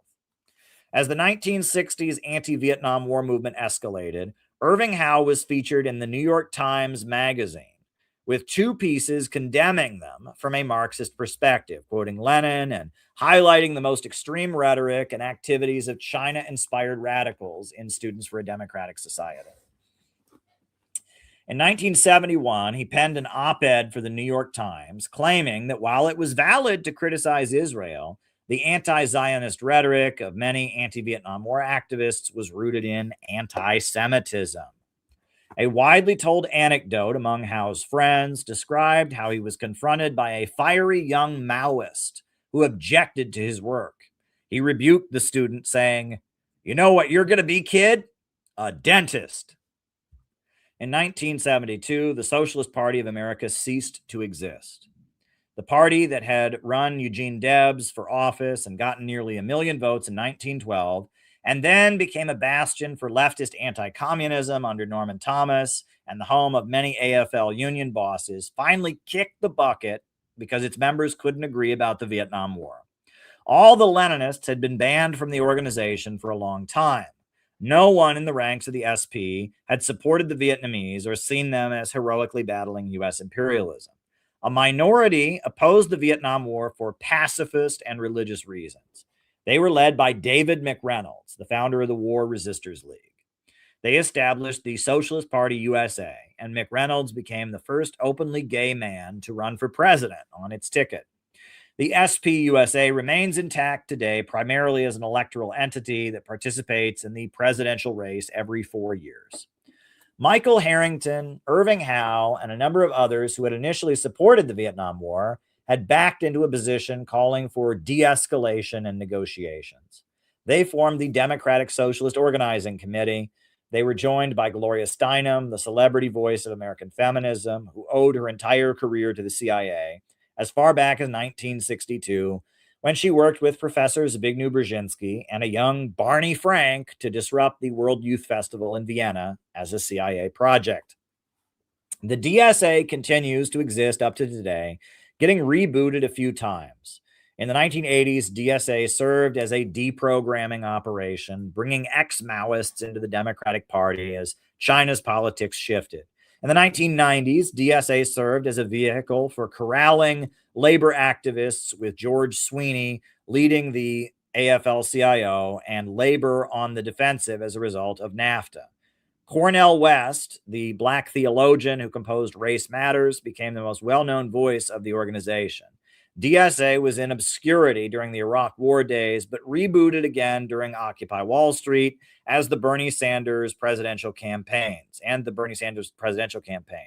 It is now an association of people who ring doorbells and register voters for the squad of Alexandria Ocasio-Cortez and Rashida Tlaib. Max Shachtman was a Richard Nixon supporter at the time of his death in 1972. His followers did not join the Socialist Party or the Democratic Socialists of America. They instead formed a small discussion club called Social Democrats USA. Despite having persecuted Irving Howe for saying it, Shachtman eventually adopted his position of being on the Western side of the Cold War. He came to the conclusion in the early 1960s. According to Alan Wald, his logic for doing so was based on adopting Rosa Luxemburg's concept of socialism or barbarism.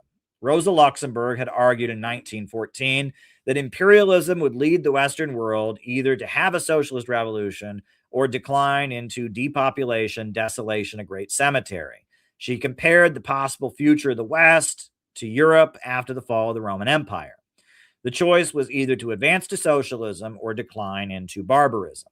Shachtman declared the Soviet Union and Stalinism was barbarism, and he supported Western imperialism as superior to it.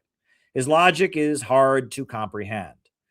The Soviet Union and its allies emerged from the East. Their system was a result of nations of the Eastern and colonized world breaking free from Western imperialism and seizing control of their economies to develop.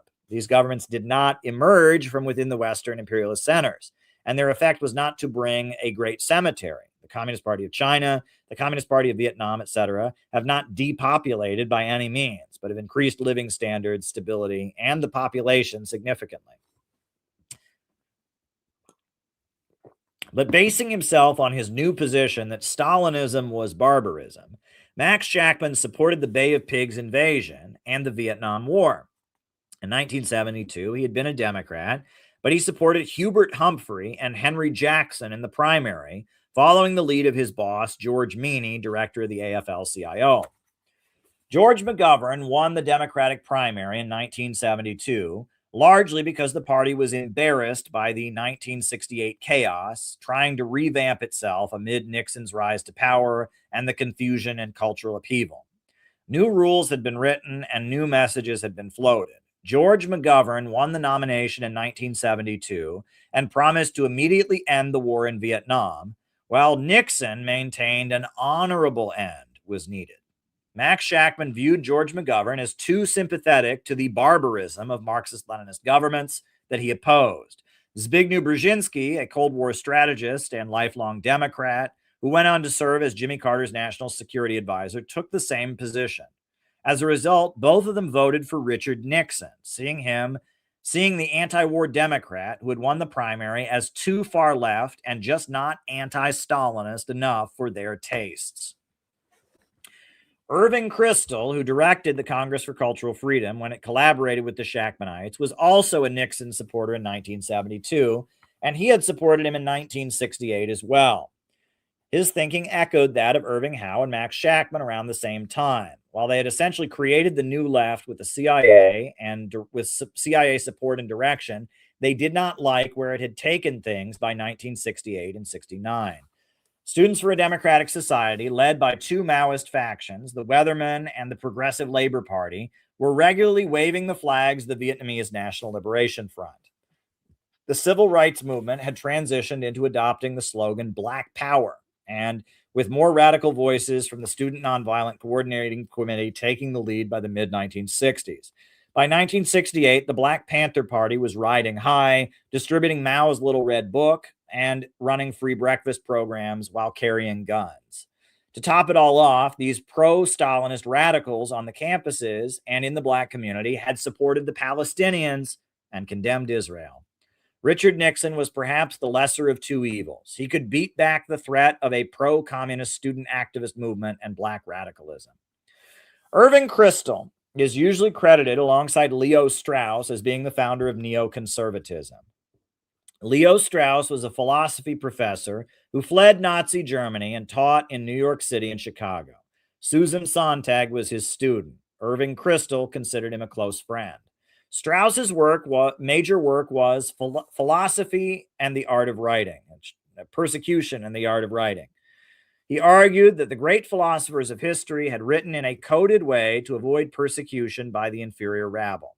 Kristol described Strauss in glowing terms. Encountering Strauss produced the kind of intellectual shock that is a once-in-a-lifetime experience. He turned one's intellectual universe upside down. What made him so controversial within academia was his disbelief in the Enlightenment doctrine of the truth will make man free. His disbelief in the Enlightenment doctrine of the truth will make man free. He was an intellectual aristocrat who thought the truth could make some minds free, but was convinced there was an inherent conflict between philosophic truth and political order. He was contemptuous of the modern demagogic idolatry of the common man. Strauss was a defender of the noble lie. Common people needed to be manipulated and deceived for the world to function properly. The Nation summarized his worldview, writing, "Intellectuals, he believed, would have to spread an ideology of good and evil, whether they believed it or not. So the American people could be mobilized against enemies of freedom." For this reason, Strauss, we learn in one of the many telling asides, was a huge fan of the TV show Gunsmoke and its Manichaean depiction of good and evil. The influence of Strauss and Kristol in the back room of the Republican Party shouldn't be understated. Strauss's love for Gunsmoke seems to be hardly a coincidence in relation to the fact that two U.S. presidents, Ronald Reagan and George W. Bush, both cultivated a cowboy persona. Reagan had literally been a cowboy actor from Hollywood. Bush had been born to old money in Connecticut. But for his campaign, he played up his ranch, his guns, and was filmed cutting brush as he wore a cowboy hat. He used phrases like "smoke 'em out" when describing efforts to capture Saddam Hussein and Osama bin Laden. During the Bush years, Talk of the neocons became common. Lyndon LaRouche, ahead of the game, but speaking from the margins of American politics, and somewhat incoherently highlighted the role of Leo Strauss. He published a book, Children of Satan, that somewhat incoherently, in the voices of many authors, described a continuity from the Congress for Cultural Freedom to the 1960s drug culture, to the evangelical Christian right wing, and to the post 9/11 war on terror of George W. Bush. Knowledge of different factions within the American deep state seems to have trickled in from European intelligence circles. George W. Bush's Axis of Evil speech was a pivotal moment, speaking in the direct aftermath of 9/11. Some of these regimes have been pretty quiet since 9/11, but we know their true nature. North Korea is a regime arming missiles, weapons of mass destruction, while starving citizens. Iran aggressively purposes these weapons and exports terror, while an unelected few repress the Iranian people and their freedom. Iraq continues to flaunt its hostility to America and support terror. The Iraqi regime has plotted to develop anthrax and gas and nuclear weapons and has already used poison gas to murder thousands of its citizens, leaving bodies of mothers huddled over their dead children. This is a regime that has agreed to kick out international inspectors. This is a regime that has something to hide from the civilized world. States like these and their terrorist allies constitute an axis of evil, arming to threaten world peace. By seeking weapons of mass destruction, these regimes pose a grave danger to the world. This could provide the arms of the terrorists, giving them means to match their hatred. They could attack our allies or attempt to blackmail the United States. In any case, the price of indifference would be catastrophic. We will work closely with our allies to deny the terrorists and their state sponsors the materials, technology, and expertise to make and deliver weapons of mass destruction. We will develop and deploy effective missile defense to protect America and our allies from sudden attack. And all nations should know America will do what is necessary to ensure our national security. We'll be deliberate, and yet time is not on our side. I will not wait for events to gather the dangers. I will not stand by as perils closer and closer. The United States of America will not permit the world's most dangerous regimes to threaten us with the world's most destructive weapons. Bush's axis of evil rhetoric was condemned by Zbigniew Brzezinski, according to his biography written by Justin Vossi. He did not agree with formulating U.S. opposition to three particular governments in a moralistic way. Brzezinski's trademark had been using proxies, manipulating China against Vietnam and the Soviet Union, arming jihadists against the Soviet Union, and his Afghan trap. Such moralistic framing of good versus evil was not strategic at all. As talk of the neocons became mainstream and almost an obsession of the New York Times, it was defined as a group of intellectuals who believed the United States was on a moralistic crusade to spread freedom across the planet. The label has been given to people like John Bolton, Elliott Abrams, Mike Pompeo, Marco Rubio, Nikki Haley, and many others. It is associated with the belief that the USA must actively spread democracy by overthrowing governments. Many point to the Project for a New American Century, put together by Irving Kristol's son, Bill Kristol, and signed by many alumni of the Reagan administration and future Bush appointees as a definitive expression of the neocon worldview. While the American public has largely repudiated this worldview, it remains the way the bulk of those who rise up through the Ivy League schools to work in the State Department view world affairs. The neocon perspective proliferated among those studying Sovietology in the 1980s. The pedagogy teaches that Marxism-Leninism is the prototype, but Nazi Germany is the most widely varied form of political evil. It is the tendency of nations to create illiberal governments that do not protect intellectuals and oppose the open international system. The history of the 20th century is presented as a battle between the Western ideals of individual freedom and totalitarianism. The United States is chosen for the noble mission of marching freedom across the globe in a crusade. Each authoritarian regime is another Hitler.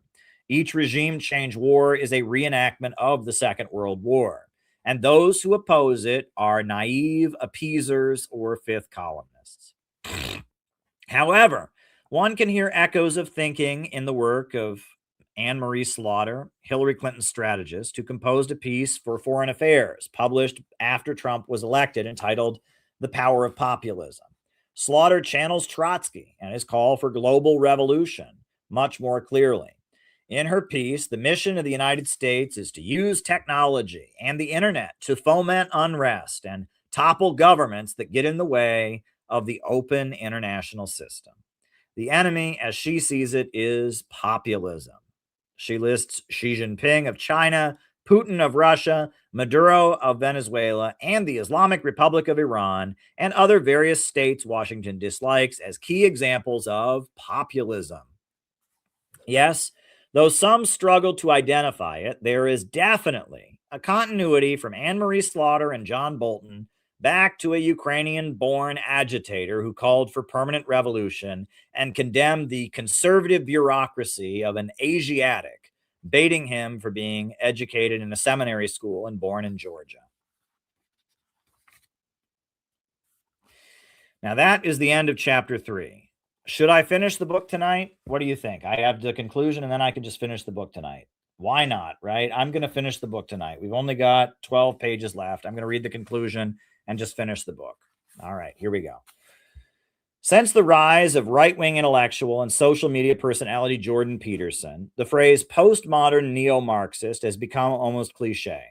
It has been correctly pointed out, even by some of the most obnoxious liberal voices, such as Natalie ContraPoints-Wynn, that the term is oxymoronic. Marxism is an ideology that attempts to explain the nature of reality and present a grand narrative for human history. Postmodernism is the belief that such narratives do not exist, and that attempts to build them are totalitarian in nature. And the only ethical role of intellectuals is one of deconstruction, i.e., dissecting and debunking such narratives in order to lay the basis for freedom of mind. Postmodernism isn't Marxism by definition, but postmodernists are happy to use Marxian analysis in the process of deconstruction. Postmodernists debunk the narrative that capitalism is human nature, showing that human society has contained many different economic modes of existence. Postmodernists debunk conservative worship of the traditional family by drawing from Engels' work, The Origin of the Family, Private Property, and the State, showing that the family unit emerged as the result of changes in social relations. Postmodernism isn't Marxism and is, in reality, a more flattering and polite term for what George Lukács called philosophical irrationalism. Lukács' widely circulated book, The Destruction of Reason, focuses on the work of Friedrich Nietzsche, showing its roots and arguing that it laid the intellectual basis for Nazi crimes and is really the intellectual incarnation of capitalism in the imperialist stage of monopolistic capitalism, parasitic or decaying capitalism, moribund capitalism, imperialism. The Russian philosopher Alexander Dugin, who has embraced postmodernism to some degree, arguing it allows Russia to have its own separate way of being and reality contrary to the West, has pointed to the problems of Western civilization as being values of liberalism taken to their extreme conclusion. Quote, all forms of collective identity, ethnic, national, religious, caste, and so on, impede an individual's awareness of his individuality. Liberalism encourages the individual to become himself, that is, free of all those social identities and dependencies that constrain and define the individual from outside. The victory of liberalism resolved this question. The individual became the normative subject within the framework of all mankind. This is the phenomenon of globalization. Entered the stage, the model of post-industrial society makes itself known. The postmodern era begins. It is in this understanding that we find the thread of continuity from Leon Trotsky to Leo Strauss, from the Russian revolutionary intelligentsia to the Bush administration and the Lincoln Project of anti-Trump Republicans. In all these narratives, the people are the enemy. Trotsky was an advocate of revolution in his homeland, but he loathed the Russian peasantry. The notion that a backward country dweller could have a role in a revolutionary government, or that demands for land redistribution should be included in the movement, repulsed him. Likewise, the idea of separating from the respectable circles of Western Marxism and joining a party of new type of professional revolutionaries going lower and deeper to the real masses, rather than fighting for a seat at the table of social democracy, also repulsed him. He explained shortly before his death that he was defeated because of flaws in the people. Quote, I was defeated because the working class, as a result of internal and external conditions, showed itself too weak to liquidate its own bureaucracy. It was not his own failure to mobilize the workers around a correct line. It was not any possible flaw in his political positions or leadership. The people were flawed. The peasantry was inherently backward. Their chosen leader, Stalin, was a representation of their barbarian nature, their Asiatic bruteness. The Shachtmanites took liberalism a bit further. They firstly wanted no association with the Soviet Union. It was a totalitarian state that suppressed the freedom of intellectuals. Furthermore, they did not want to succumb to the discipline of a revolutionary organization. They had no use for party patriotism. They thought for themselves, and they did not take orders from Moscow or Mexico City. And that is why they embraced the sudden anti-Soviet shift of U.S. society and dumped Trotsky's mild loyalties to the Soviet Union's economic foundations. From there, the New Left and Nazi Germany, from there, the New Left notion that Nazi Germany and the Soviet Union were equivalent emerges. The problem with both regimes is their collectivist nature, the dramaturgy of leader and chorus, celebration of strength, feelings of community. As far as Susan Sontag was concerned, this was all dangerous fascism mixed with sadomasochism. Hannah Arendt echoed her concerns, seeing Adolf Eichmann as an ordinary man and Nazi Germany as the result of excessive democratic participation by human beings who were inherently cruel and heartless deep down. From there, the notion that the United States is on a noble mission to spread freedom and make sure that no such society ever arises makes perfect sense. The idea that it is absolutely necessary to lie to those who would obstruct such a noble mission fits as well.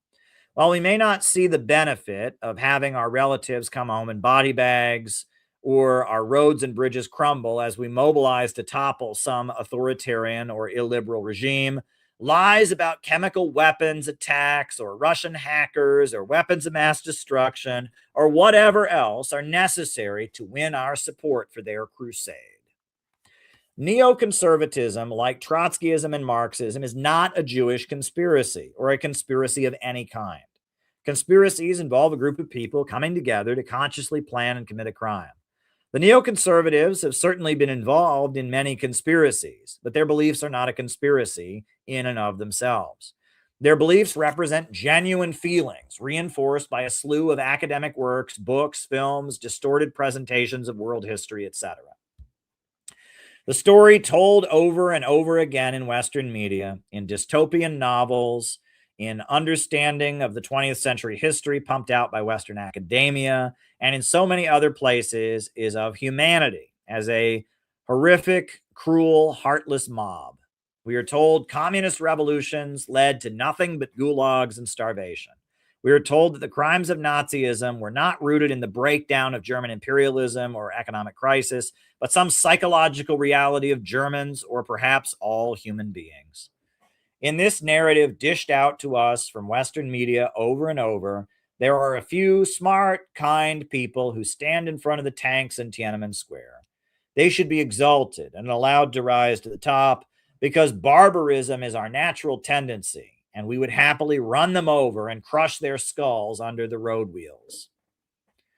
This narrative fits the experience of Jewish people, no doubt, as people that were set aside in European society to serve as the purpose of moneylenders, a people that were victims of persecution and demonization, and gradually crafted a religious worldview that explained this horrendous experience.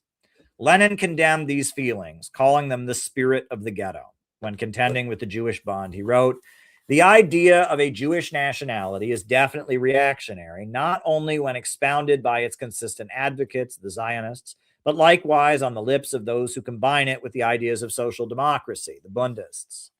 The idea of a Jewish nationality runs counter to the interests of the Jewish proletariat, for it fosters among them, directly or indirectly, a spirit hostile to assimilation, the spirit of the ghetto. Hostility towards non-native sections of the population can only be eliminated when the non-native section of the population ceases to be alien and blends with the general mass of the population. That is the only possible solution of the Jewish problem, and we should support everything that makes the ending of Jewish isolation. Yet the Bund is resisting this only possible solution, for it is helping not to end, but to increase and legitimize Jewish isolation by propagating the idea of a Jewish nation and a plan for federating Jews and non-Jewish proletarians. The idea that Jews are so special and so different they cannot assimilate into European civilization and will always face persecution from the barbarian, hateful Christians is the basis for Zionism. But the mindset behind it did not originate with Zionists, as Friedrich Nietzsche held the same view while also being anti-Semitic. Anti-humanism and pessimism are the intellectual basis for neoconservatism. Trotsky had a big dose of it, as did his heirs who found their way into the power structure of the declining West. Many neocons are not Jews, and many non-conservatives share this perspective. Philosophical irrationalism has become the unstated party line in Western countries. It bleeds through television, media, the dystopian schemes of the World Economic Forum, and everywhere else.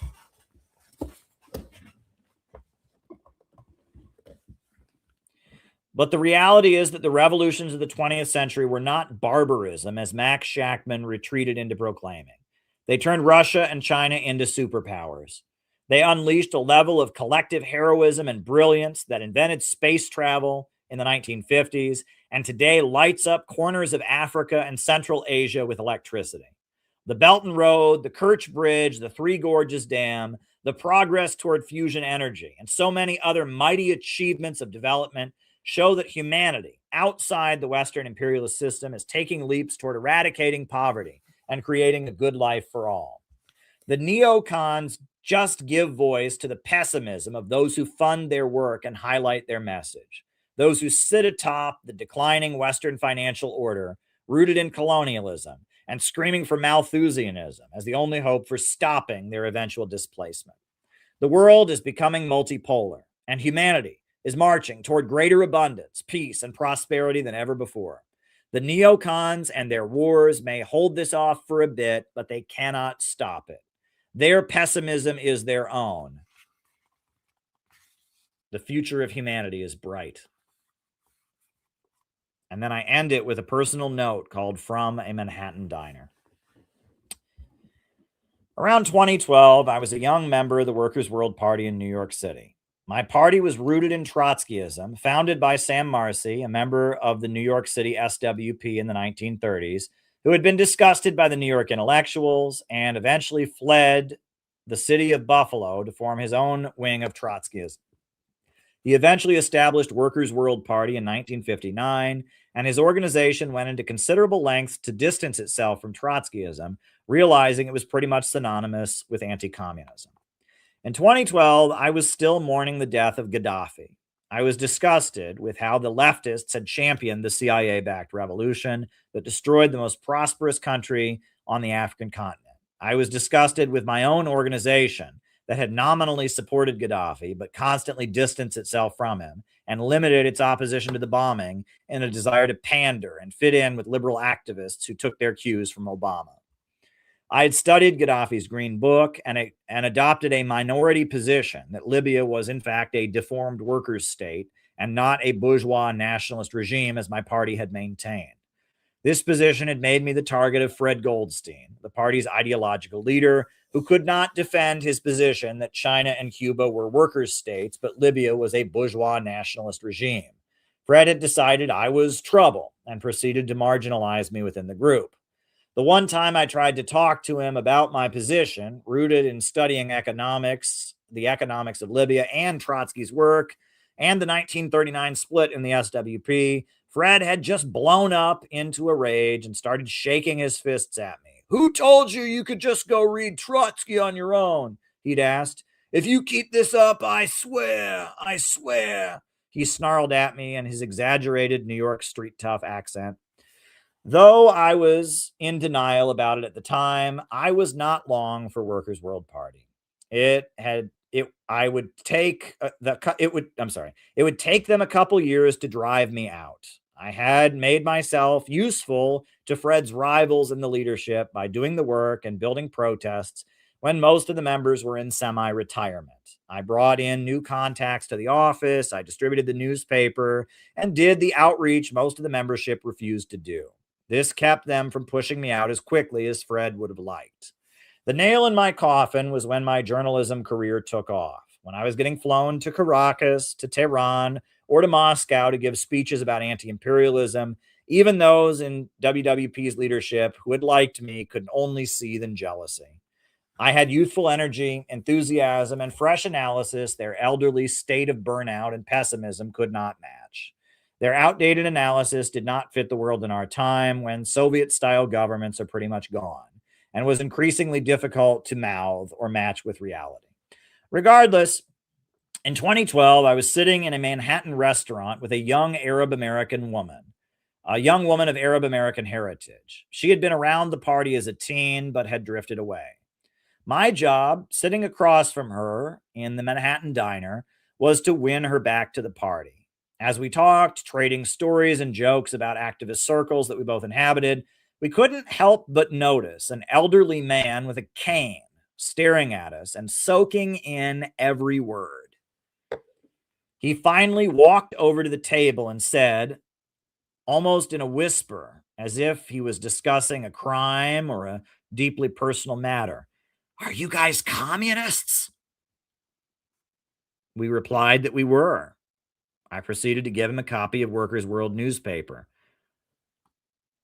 He took the paper from me and stared at us, and then in a hushed voice said, "My father was a Trotskyist." The young woman and I looked at each other, confused. The old man proceeded to tell us a story that has stuck with me year after year. He told of how he'd grown up in Manhattan to modestly wealthy parents of Jewish heritage. His father had written for conservative magazines and voted Republican. He said that as a teenager, he had gone to anti-Vietnam War protests with some friends, and he'd bought a copy of a communist newspaper. He brought it home with him, and when his father found the newspaper, he had gulped nervously, expecting his father would unleash an angry tirade as a staunch conservative. Instead, his father had burst into tears. He'd begun to tell the old man who was standing in front of us that day in 2012, then a young man who had just been at an anti-war rally, about how he sold a newspaper that looked like this one as a teenager at City College. He had walked the streets of Manhattan and Brooklyn, spreading the gospel of workers' revolution and the commonwealth of toil that is to be when a rationally planned economy produces wealth and comfort for all, and the exploitation of man by man is abolished. In his tears, the man's father had said that while he was naive in his youth, those had been the best years of his life, when he stood for something, believed in something, and despite the poverty and the looming war, had hope for the future. And the story has always stuck with me. While Marxism-Leninism is aesthetic and rejects all, while Marxism-Leninism is atheistic and rejects all but the material world, all that is good in it, all that is good that has come out of it has relied on spiritual energy. The thrill and joy of being comrades, working to achieve political objectives and carry out operations, the collective optimism people are able to unleash in such circumstances is amazingly powerful. It is this that the neocons are trying to destroy. It is the passion that says human beings are not merely animals, that right and wrong do exist, and that with our collective brilliance and shared commitment, the hardships of our current world can be indeed overcome. But to hold on to this power this spiritual energy requires commitment. It requires party patriotism. It requires being willing to subordinate your individual aspirations. It requires viewing the organization as sacred and worth preserving above all frustrations and disappointments. And that is my book, Trotsky and the Neoconservatives. And there's a lot in there that I really think is really, really important nowadays. And I hope that you all enjoyed it. So let's do the roll call, and then I will answer people's questions, and we'll be done. We'll be done for the night. So names and locations. I will call you all out as I see you. Names and locations. Who is with us tonight? Names and locations. Who is with us? Names and locations. Who is with us tonight? Ryan in Kansas City. John McCarthy in Chicago. Gus from Denver. Good to see you, Gus. All right. Names and locations. Who is with us? We got Claudio from Chile. Good to see you. We got Rice from Adelaide, Australia. Good to see you. Names and locations. Gabby in Chicago. Good to see you as always. Names and locations. Palm Springs. Joan. Patch in Arizona. Saviero in Mexico. Good to see you. Pensacola, Florida. Jacob. Kirkland. Good to see you. John in Orlando, Florida. Good to see you. Who else is with us tonight? Salt Lake City. Justin in Salt Lake City. Good to see you. Justin in Salt Lake City. Good to see you. Kate from Berlin. Wow. Kate is with us from Berlin, Germany. There you go. Not Berlin, Ohio. Swine Class in Baltimore. Good to see you. Names and locations. Who else is with us tonight? Names and locations. Who is with us? Names and locations. Who is with us tonight? Anybody else? Names and locations. Anybody? All right. So if you have a question for me to answer, now would be the time to send your question. Buymeacoffee.com is the best way to do it. Go to buymeacoffee.com/Caleb Maupin. You can't send a super chat because we're demonetized. The assholes that run YouTube have demonetized me for completely unfair reasons. But that is what it is. And so if you want to send a question, you got to go to Buy Me a Coffee. And 3 people have gone to Buy Me a Coffee and sent any questions. And there's also a couple Rumble rants that have come in. Penny and Hempcar have both sent in, and a couple Rumble rants, just 2 Rumble rants, all right, from Hempcar and Penny. So we'll do the coffees first, and then we'll do the Rumble rants. And so, Buy Me a Coffee, right?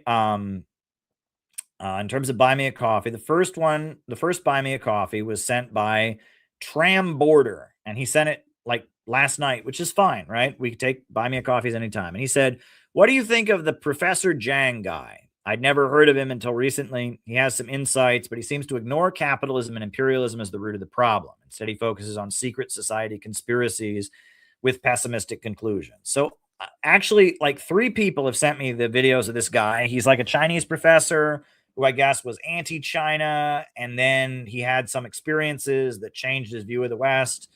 I don't know what to make of the guy. I haven't watched his content. I would say that is certainly that's a concern. If he's pro-Chinese government, anti-imperialist, but he never talks about the system. He just focuses on secret societies.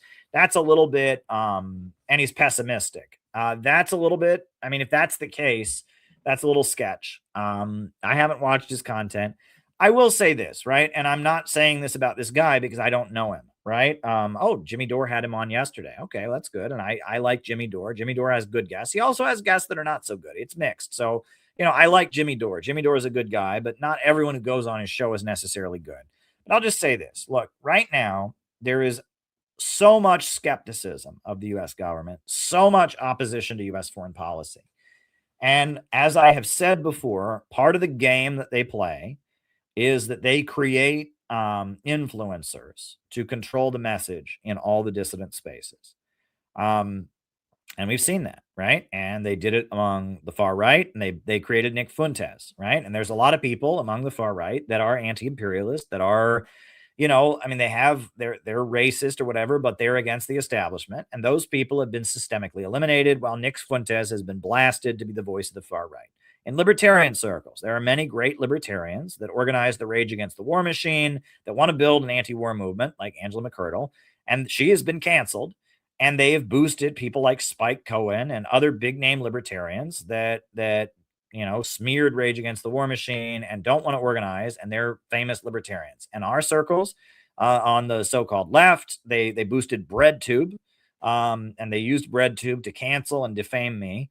It actually kind of backfired. It made this channel popular. They needed a target, so they picked me, and then a lot of people who'd never heard of me because they smeared and defamed me. But that's Thought Slime and Vosh and all these people go after me, and it actually backfired. And so then when I became more popular, then they created anti-BreadTube, which is, I'm not even gonna, you know who anti-BreadTube is. They created anti-BreadTube, which are people that kind of mimicked some of what we do here, but they were just the opposite. BreadTube, they didn't want to talk about anti-imperialism and standing with countries under attack, and they didn't want to talk about economics. That was class reductionism. All they wanted to talk about was transgenderism and transgenderism and abortion and feminism and calling people Nazis, calling people racist, right? And they went after me for that. And so anti-BreadTube was created.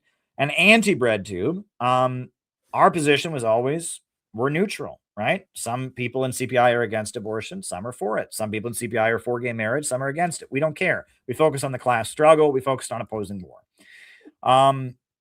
These anti-BreadTube was created, and they pretended to be our friends because they were trying to recruit our audience.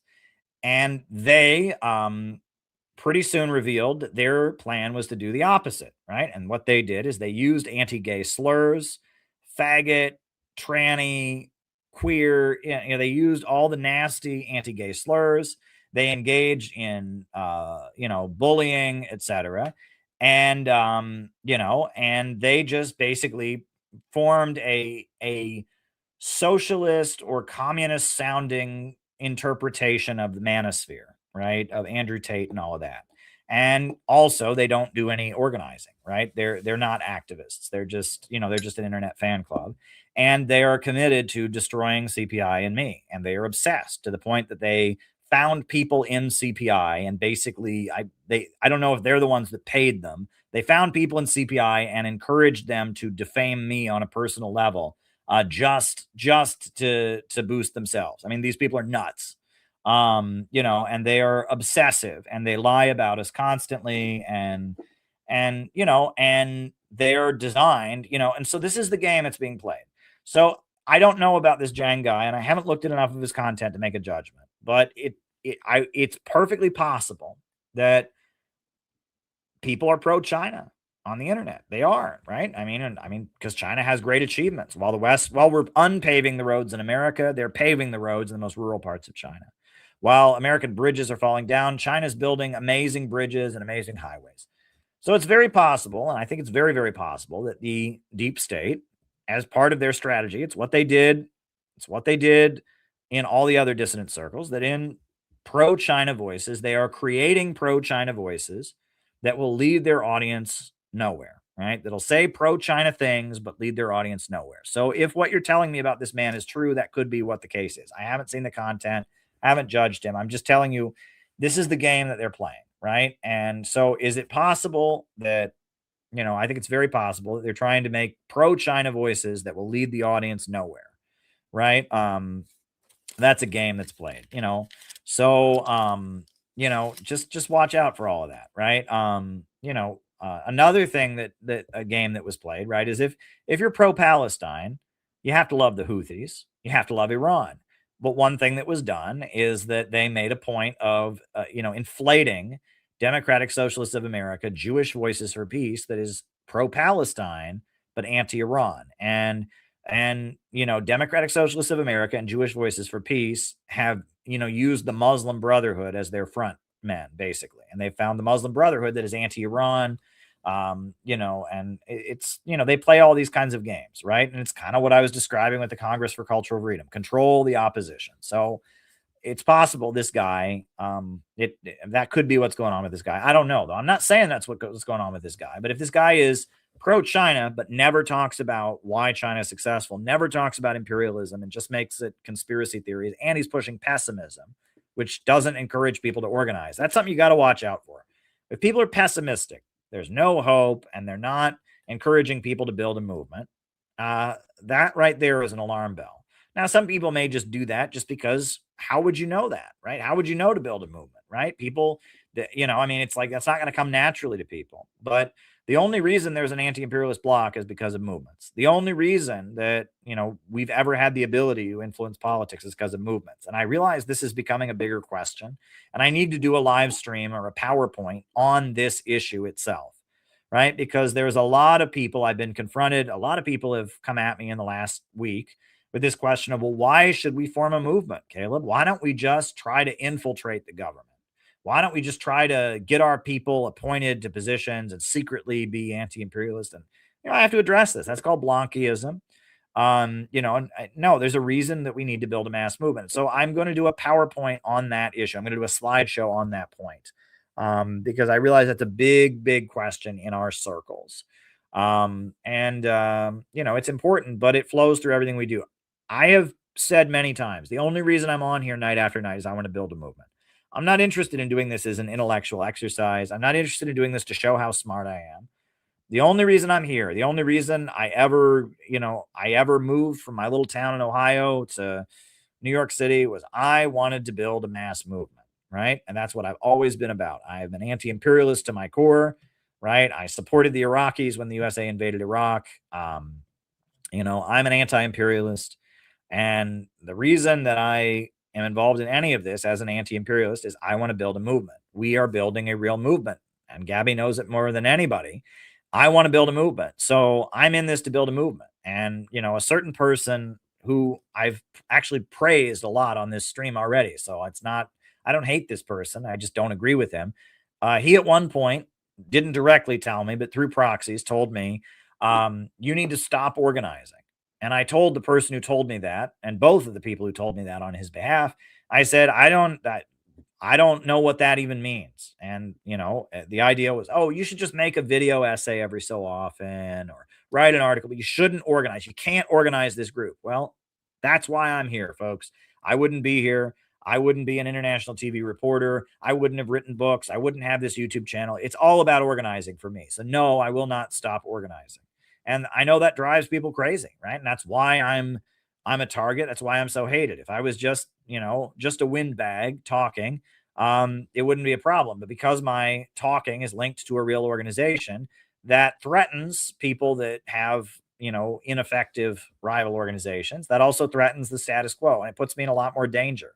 And that's why I've been targeted the way I'm targeted. That's why, you know, if you Google me, what comes up is just a bunch of gross sexual gobbledygook, right? They've rigged the search engines against me. There's no question about it. And I've looked into it, and I've tried to do something about it, and it's very clear they've rigged the search engines against me, right? I am a target in ways that other people are not targets, and I just have to deal with that. And that's what we're up against, right? That's what we're dealing with, but we just have to do it, right? And we have to find friends wherever we can find them, and we have to build a real anti-imperialist movement. And there's no way around it, right? You know, just give up, Caleb, and be a streamer. Never, right? There'd be no point in talking about this stuff if we weren't building an organization. So there you go. But yeah, you know, I'll have to check out this Jen guy and find out. Now, John McCarthy said China and Russia abstained from voting on the Security Council resolution condemning Iran's retaliatory strike on Gulf countries instead of vetoing them just because they are actively involved in trying to mediate peace between the countries and Iran. For this to work, they must appear neutral and impartial. Why can't all these keyboard warriors understand this? They are so quick to denounce Russia and China for not fighting the way they want to. Russia and China are fighting imperialism in the best way possible. They are building its replacement. I agree. And that it's bizarre to me. I mean, it's not bizarre, but it's annoying there are a lot of people on the internet who claim to be anti-imperialist that are desperate to find a way to denounce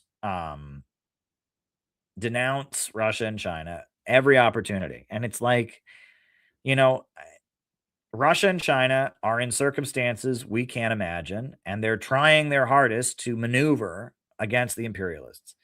And, you know, if Putin can negotiate an end to this war and people stop dying, that would be great. And that's kind of the urgent need of the hour. You know, a UN resolution that has no meaning is not going to change the world. Stopping this war is actually going to save lives. Okay. If Iran, you know, is able to stay intact as an anti-imperialist country, we negotiate some kind of end to the war that's going on, where Iran is in a position where it can actually maintain its dignity and stop fighting back. And the United States is convinced to stop attacking Iran, and the world can just move on from this evil, evil thing that Trump has done. That would be great. And that's a lot more important than some symbolic resolution at the UN, right? I mean, so yeah, I mean, and again, there's just anything. There's a problem with certain pessimistic voices online that, like, you know, I mean, yeah, look, Russia and China are the future, and the Western financial order is the past, and we need a multipolar world. And, you know, there is just such a desperation to be against Russia and China, and it's really unhealthy. And part of the role, let me put this, that PSL plays, and I want to point this out.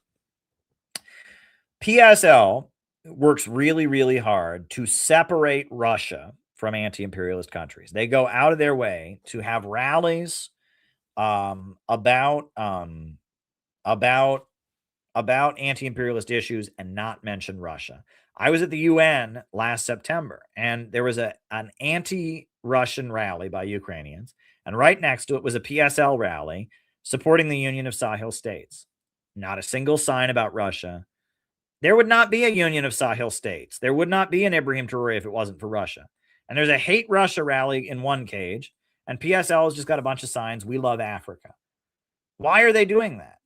Why? Why would they not oppose the Ukrainian anti-Russian stuff? Why would they not make the point? They're trying to mislead people in America, especially Black Americans that are supporters of Russia, or that are supporters of the Union of Sahel States, not to support Russia, right? And to enable them to join the Russiagate hysteria against Russia. It's very nasty.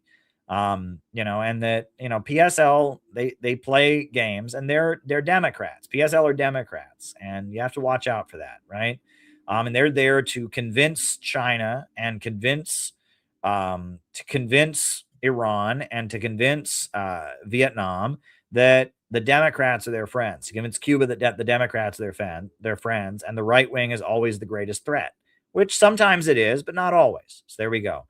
Now, Marty sent a question, and he said, thoughts on the recent assassination of Saif al-Islam Gaddafi. When Tripoli was falling in 2011, he said our mistake was being too tolerant of our enemies. Saif al-Islam Gaddafi was Gaddafi's son, who was very outspoken in politics. And he was a big advocate of democratic reforms in Libya, even when his father was in power. He was one who was saying that we need to modernize our system, that we, you know, we need more human rights, we need more dissent to be allowed. He met with student protesters on many occasions. You know, he was and he was an advocate of more openness in Libyan society. After Libya was overthrown, he became this face of anti-imperialism in Libya. And Russia, he aligned himself with Russia, and he was imprisoned for a long time. Then they released him, and I was part of the campaign to free Saif al-Islam Gaddafi. We had protests, you know, to free Saif al-Islam Gaddafi and stuff.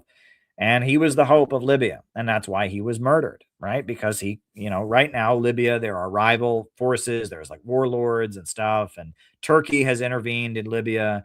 And, you know, Saif was representing the anti-imperialist forces that wanted to retake Libya for anti-imperialism. And because he had the name of Gaddafi, his father, and because he'd been famous before the death of his father as the reformer, right?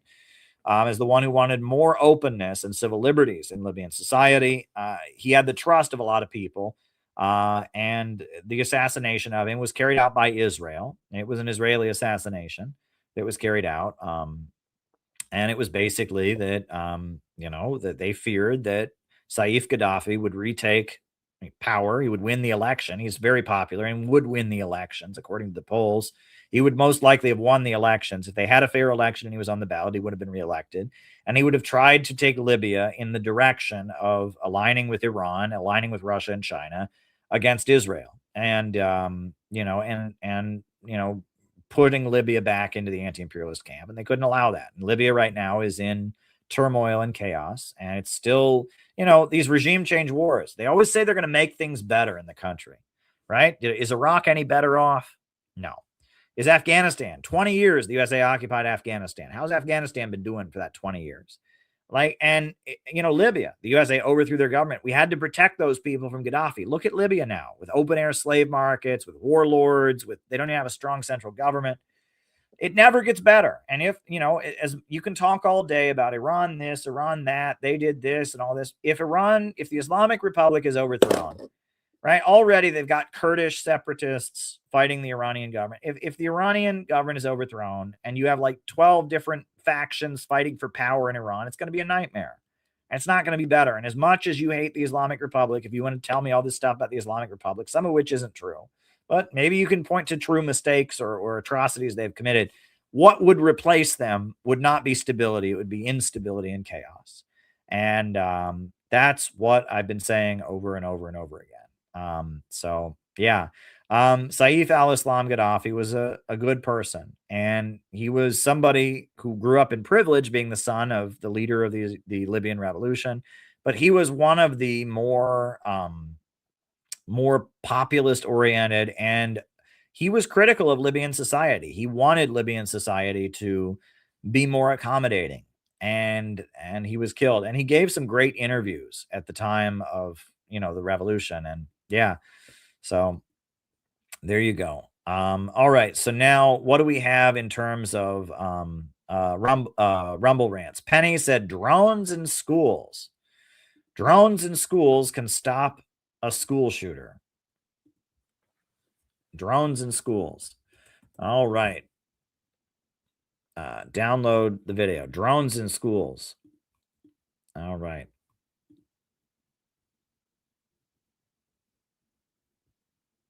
So downloading the video, drones in schools. I thought we were supposed to give teachers guns. That's how we stop school shooting, right? We just give all the teachers guns. If that was the case, I would be dead. I have annoyed many of my teachers with my persistent questions. There would be many teachers that would have just blown my head off. I'm joking, of course, but I mean, you know what I'm saying. I don't know. That was Trump's idea, is if we just give teachers guns, there'll be no school shootings. And I mean, I don't know. I mean, it's not the worst idea. I mean, I don't think having more guns in schools is a good thing, but good guy with a gun can occasionally stop a school shooting. I mean, if they're trained, if they're, I don't know, security. I mean, I don't know. People just don't want to have their kids in an environment where there's guns. Obviously they don't want shooters, but having an environment where everyone's armed, prepared for the shooter doesn't seem too healthy either. So I don't know. I'm not in charge of school security, but let's look at Penny's video that she sent about tactical drones in schools. Why are these tactical drones buzzing through a school at 50 miles an hour? They're on a manhunt. Their target, an active shooter. But thankfully, this is just a demonstration for a new defense system called Campus Guardian Angel. At Campus Guardian Angel, we're using drones with less lethal effects to stop kids getting killed by active shooters in schools. The drones are stored at schools inside these storage containers. If an alarm is tripped, the drones are released. Each drone is armed with non-lethal pepper ball rounds. And they even have the ability to ram their target. It's really like having that elite SWAT or SEAL team in the parking lot ready to go. You hope you never need it, but if you do, it's there and it's there immediately. They're all controlled remotely, here by a team of crack drone pilots, many of them ex-military. They're based at the company's headquarters in Austin. In an active shooter situation, time is critical, and most of the shooting happens in the first 120 seconds. So the challenge was, how do you get something that's elite, but also instantaneous, and you can put it everywhere? Grieving parents like Max Schachter say this new technology might have saved his son Alex, who was killed in the 2018 Parkland High School shooting that took 17 innocent lives in Florida. If the school had the drones in the hallway, they could have taken the murderer out in just a matter of seconds and saved a lot of lives. 3 school districts in Florida have the drones. I'm not one to judge. I'm not a security expert. I just hope those things never go off by accident. Okay? That would be a nightmare. Can you imagine you're in school and, you know, they go off by accident? I hope they have proper protocols that, you know, some kid doesn't make a joke about, doesn't make an inappropriate joke about shooting, and then all of a sudden there's drones shooting pepper balls through the school and kids are ducking or something. I mean, obviously that's better than a school shooting. I'm not a security expert. I'm sure they have security procedures in place. So that's wild, Penny. That's a wild video there. And I mean, that's kind of where we're at now.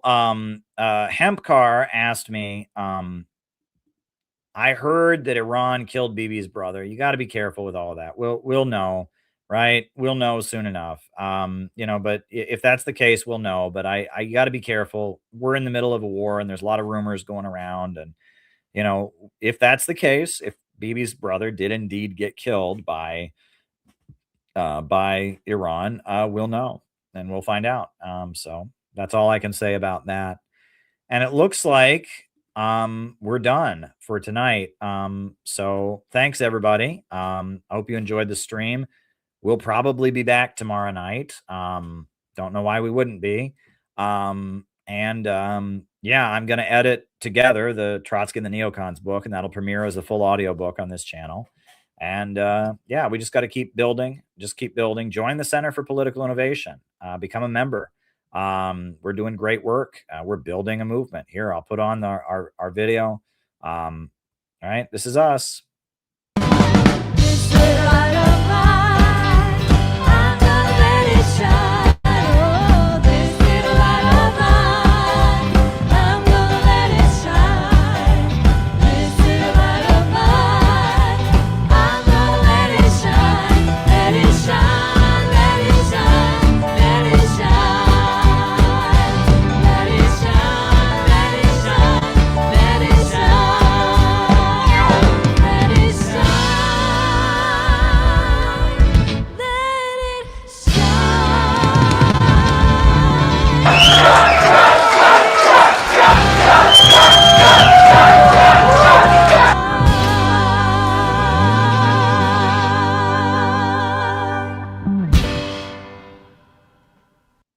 That's us. Join the Center for Political Innovation. We're doing great stuff, and we're getting it done. We're going to be doing some important activities in the coming weeks, and we're trying to stop this awful war. We're trying to build an anti-imperialist movement. So join.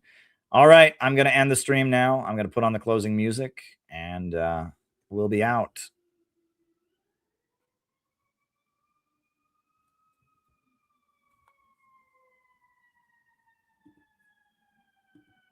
New upsurge in the struggle against U.S. imperialism is now emerging throughout the world. Ever since World War II, U.S. imperialism and its followers have been continuously launching wars of aggression. But the people of various countries have been continuously waging revolutionary wars to defeat their aggression. And while the danger of a new world war still exists, and the people of all countries must get prepared, revolution is the main trend in the world today.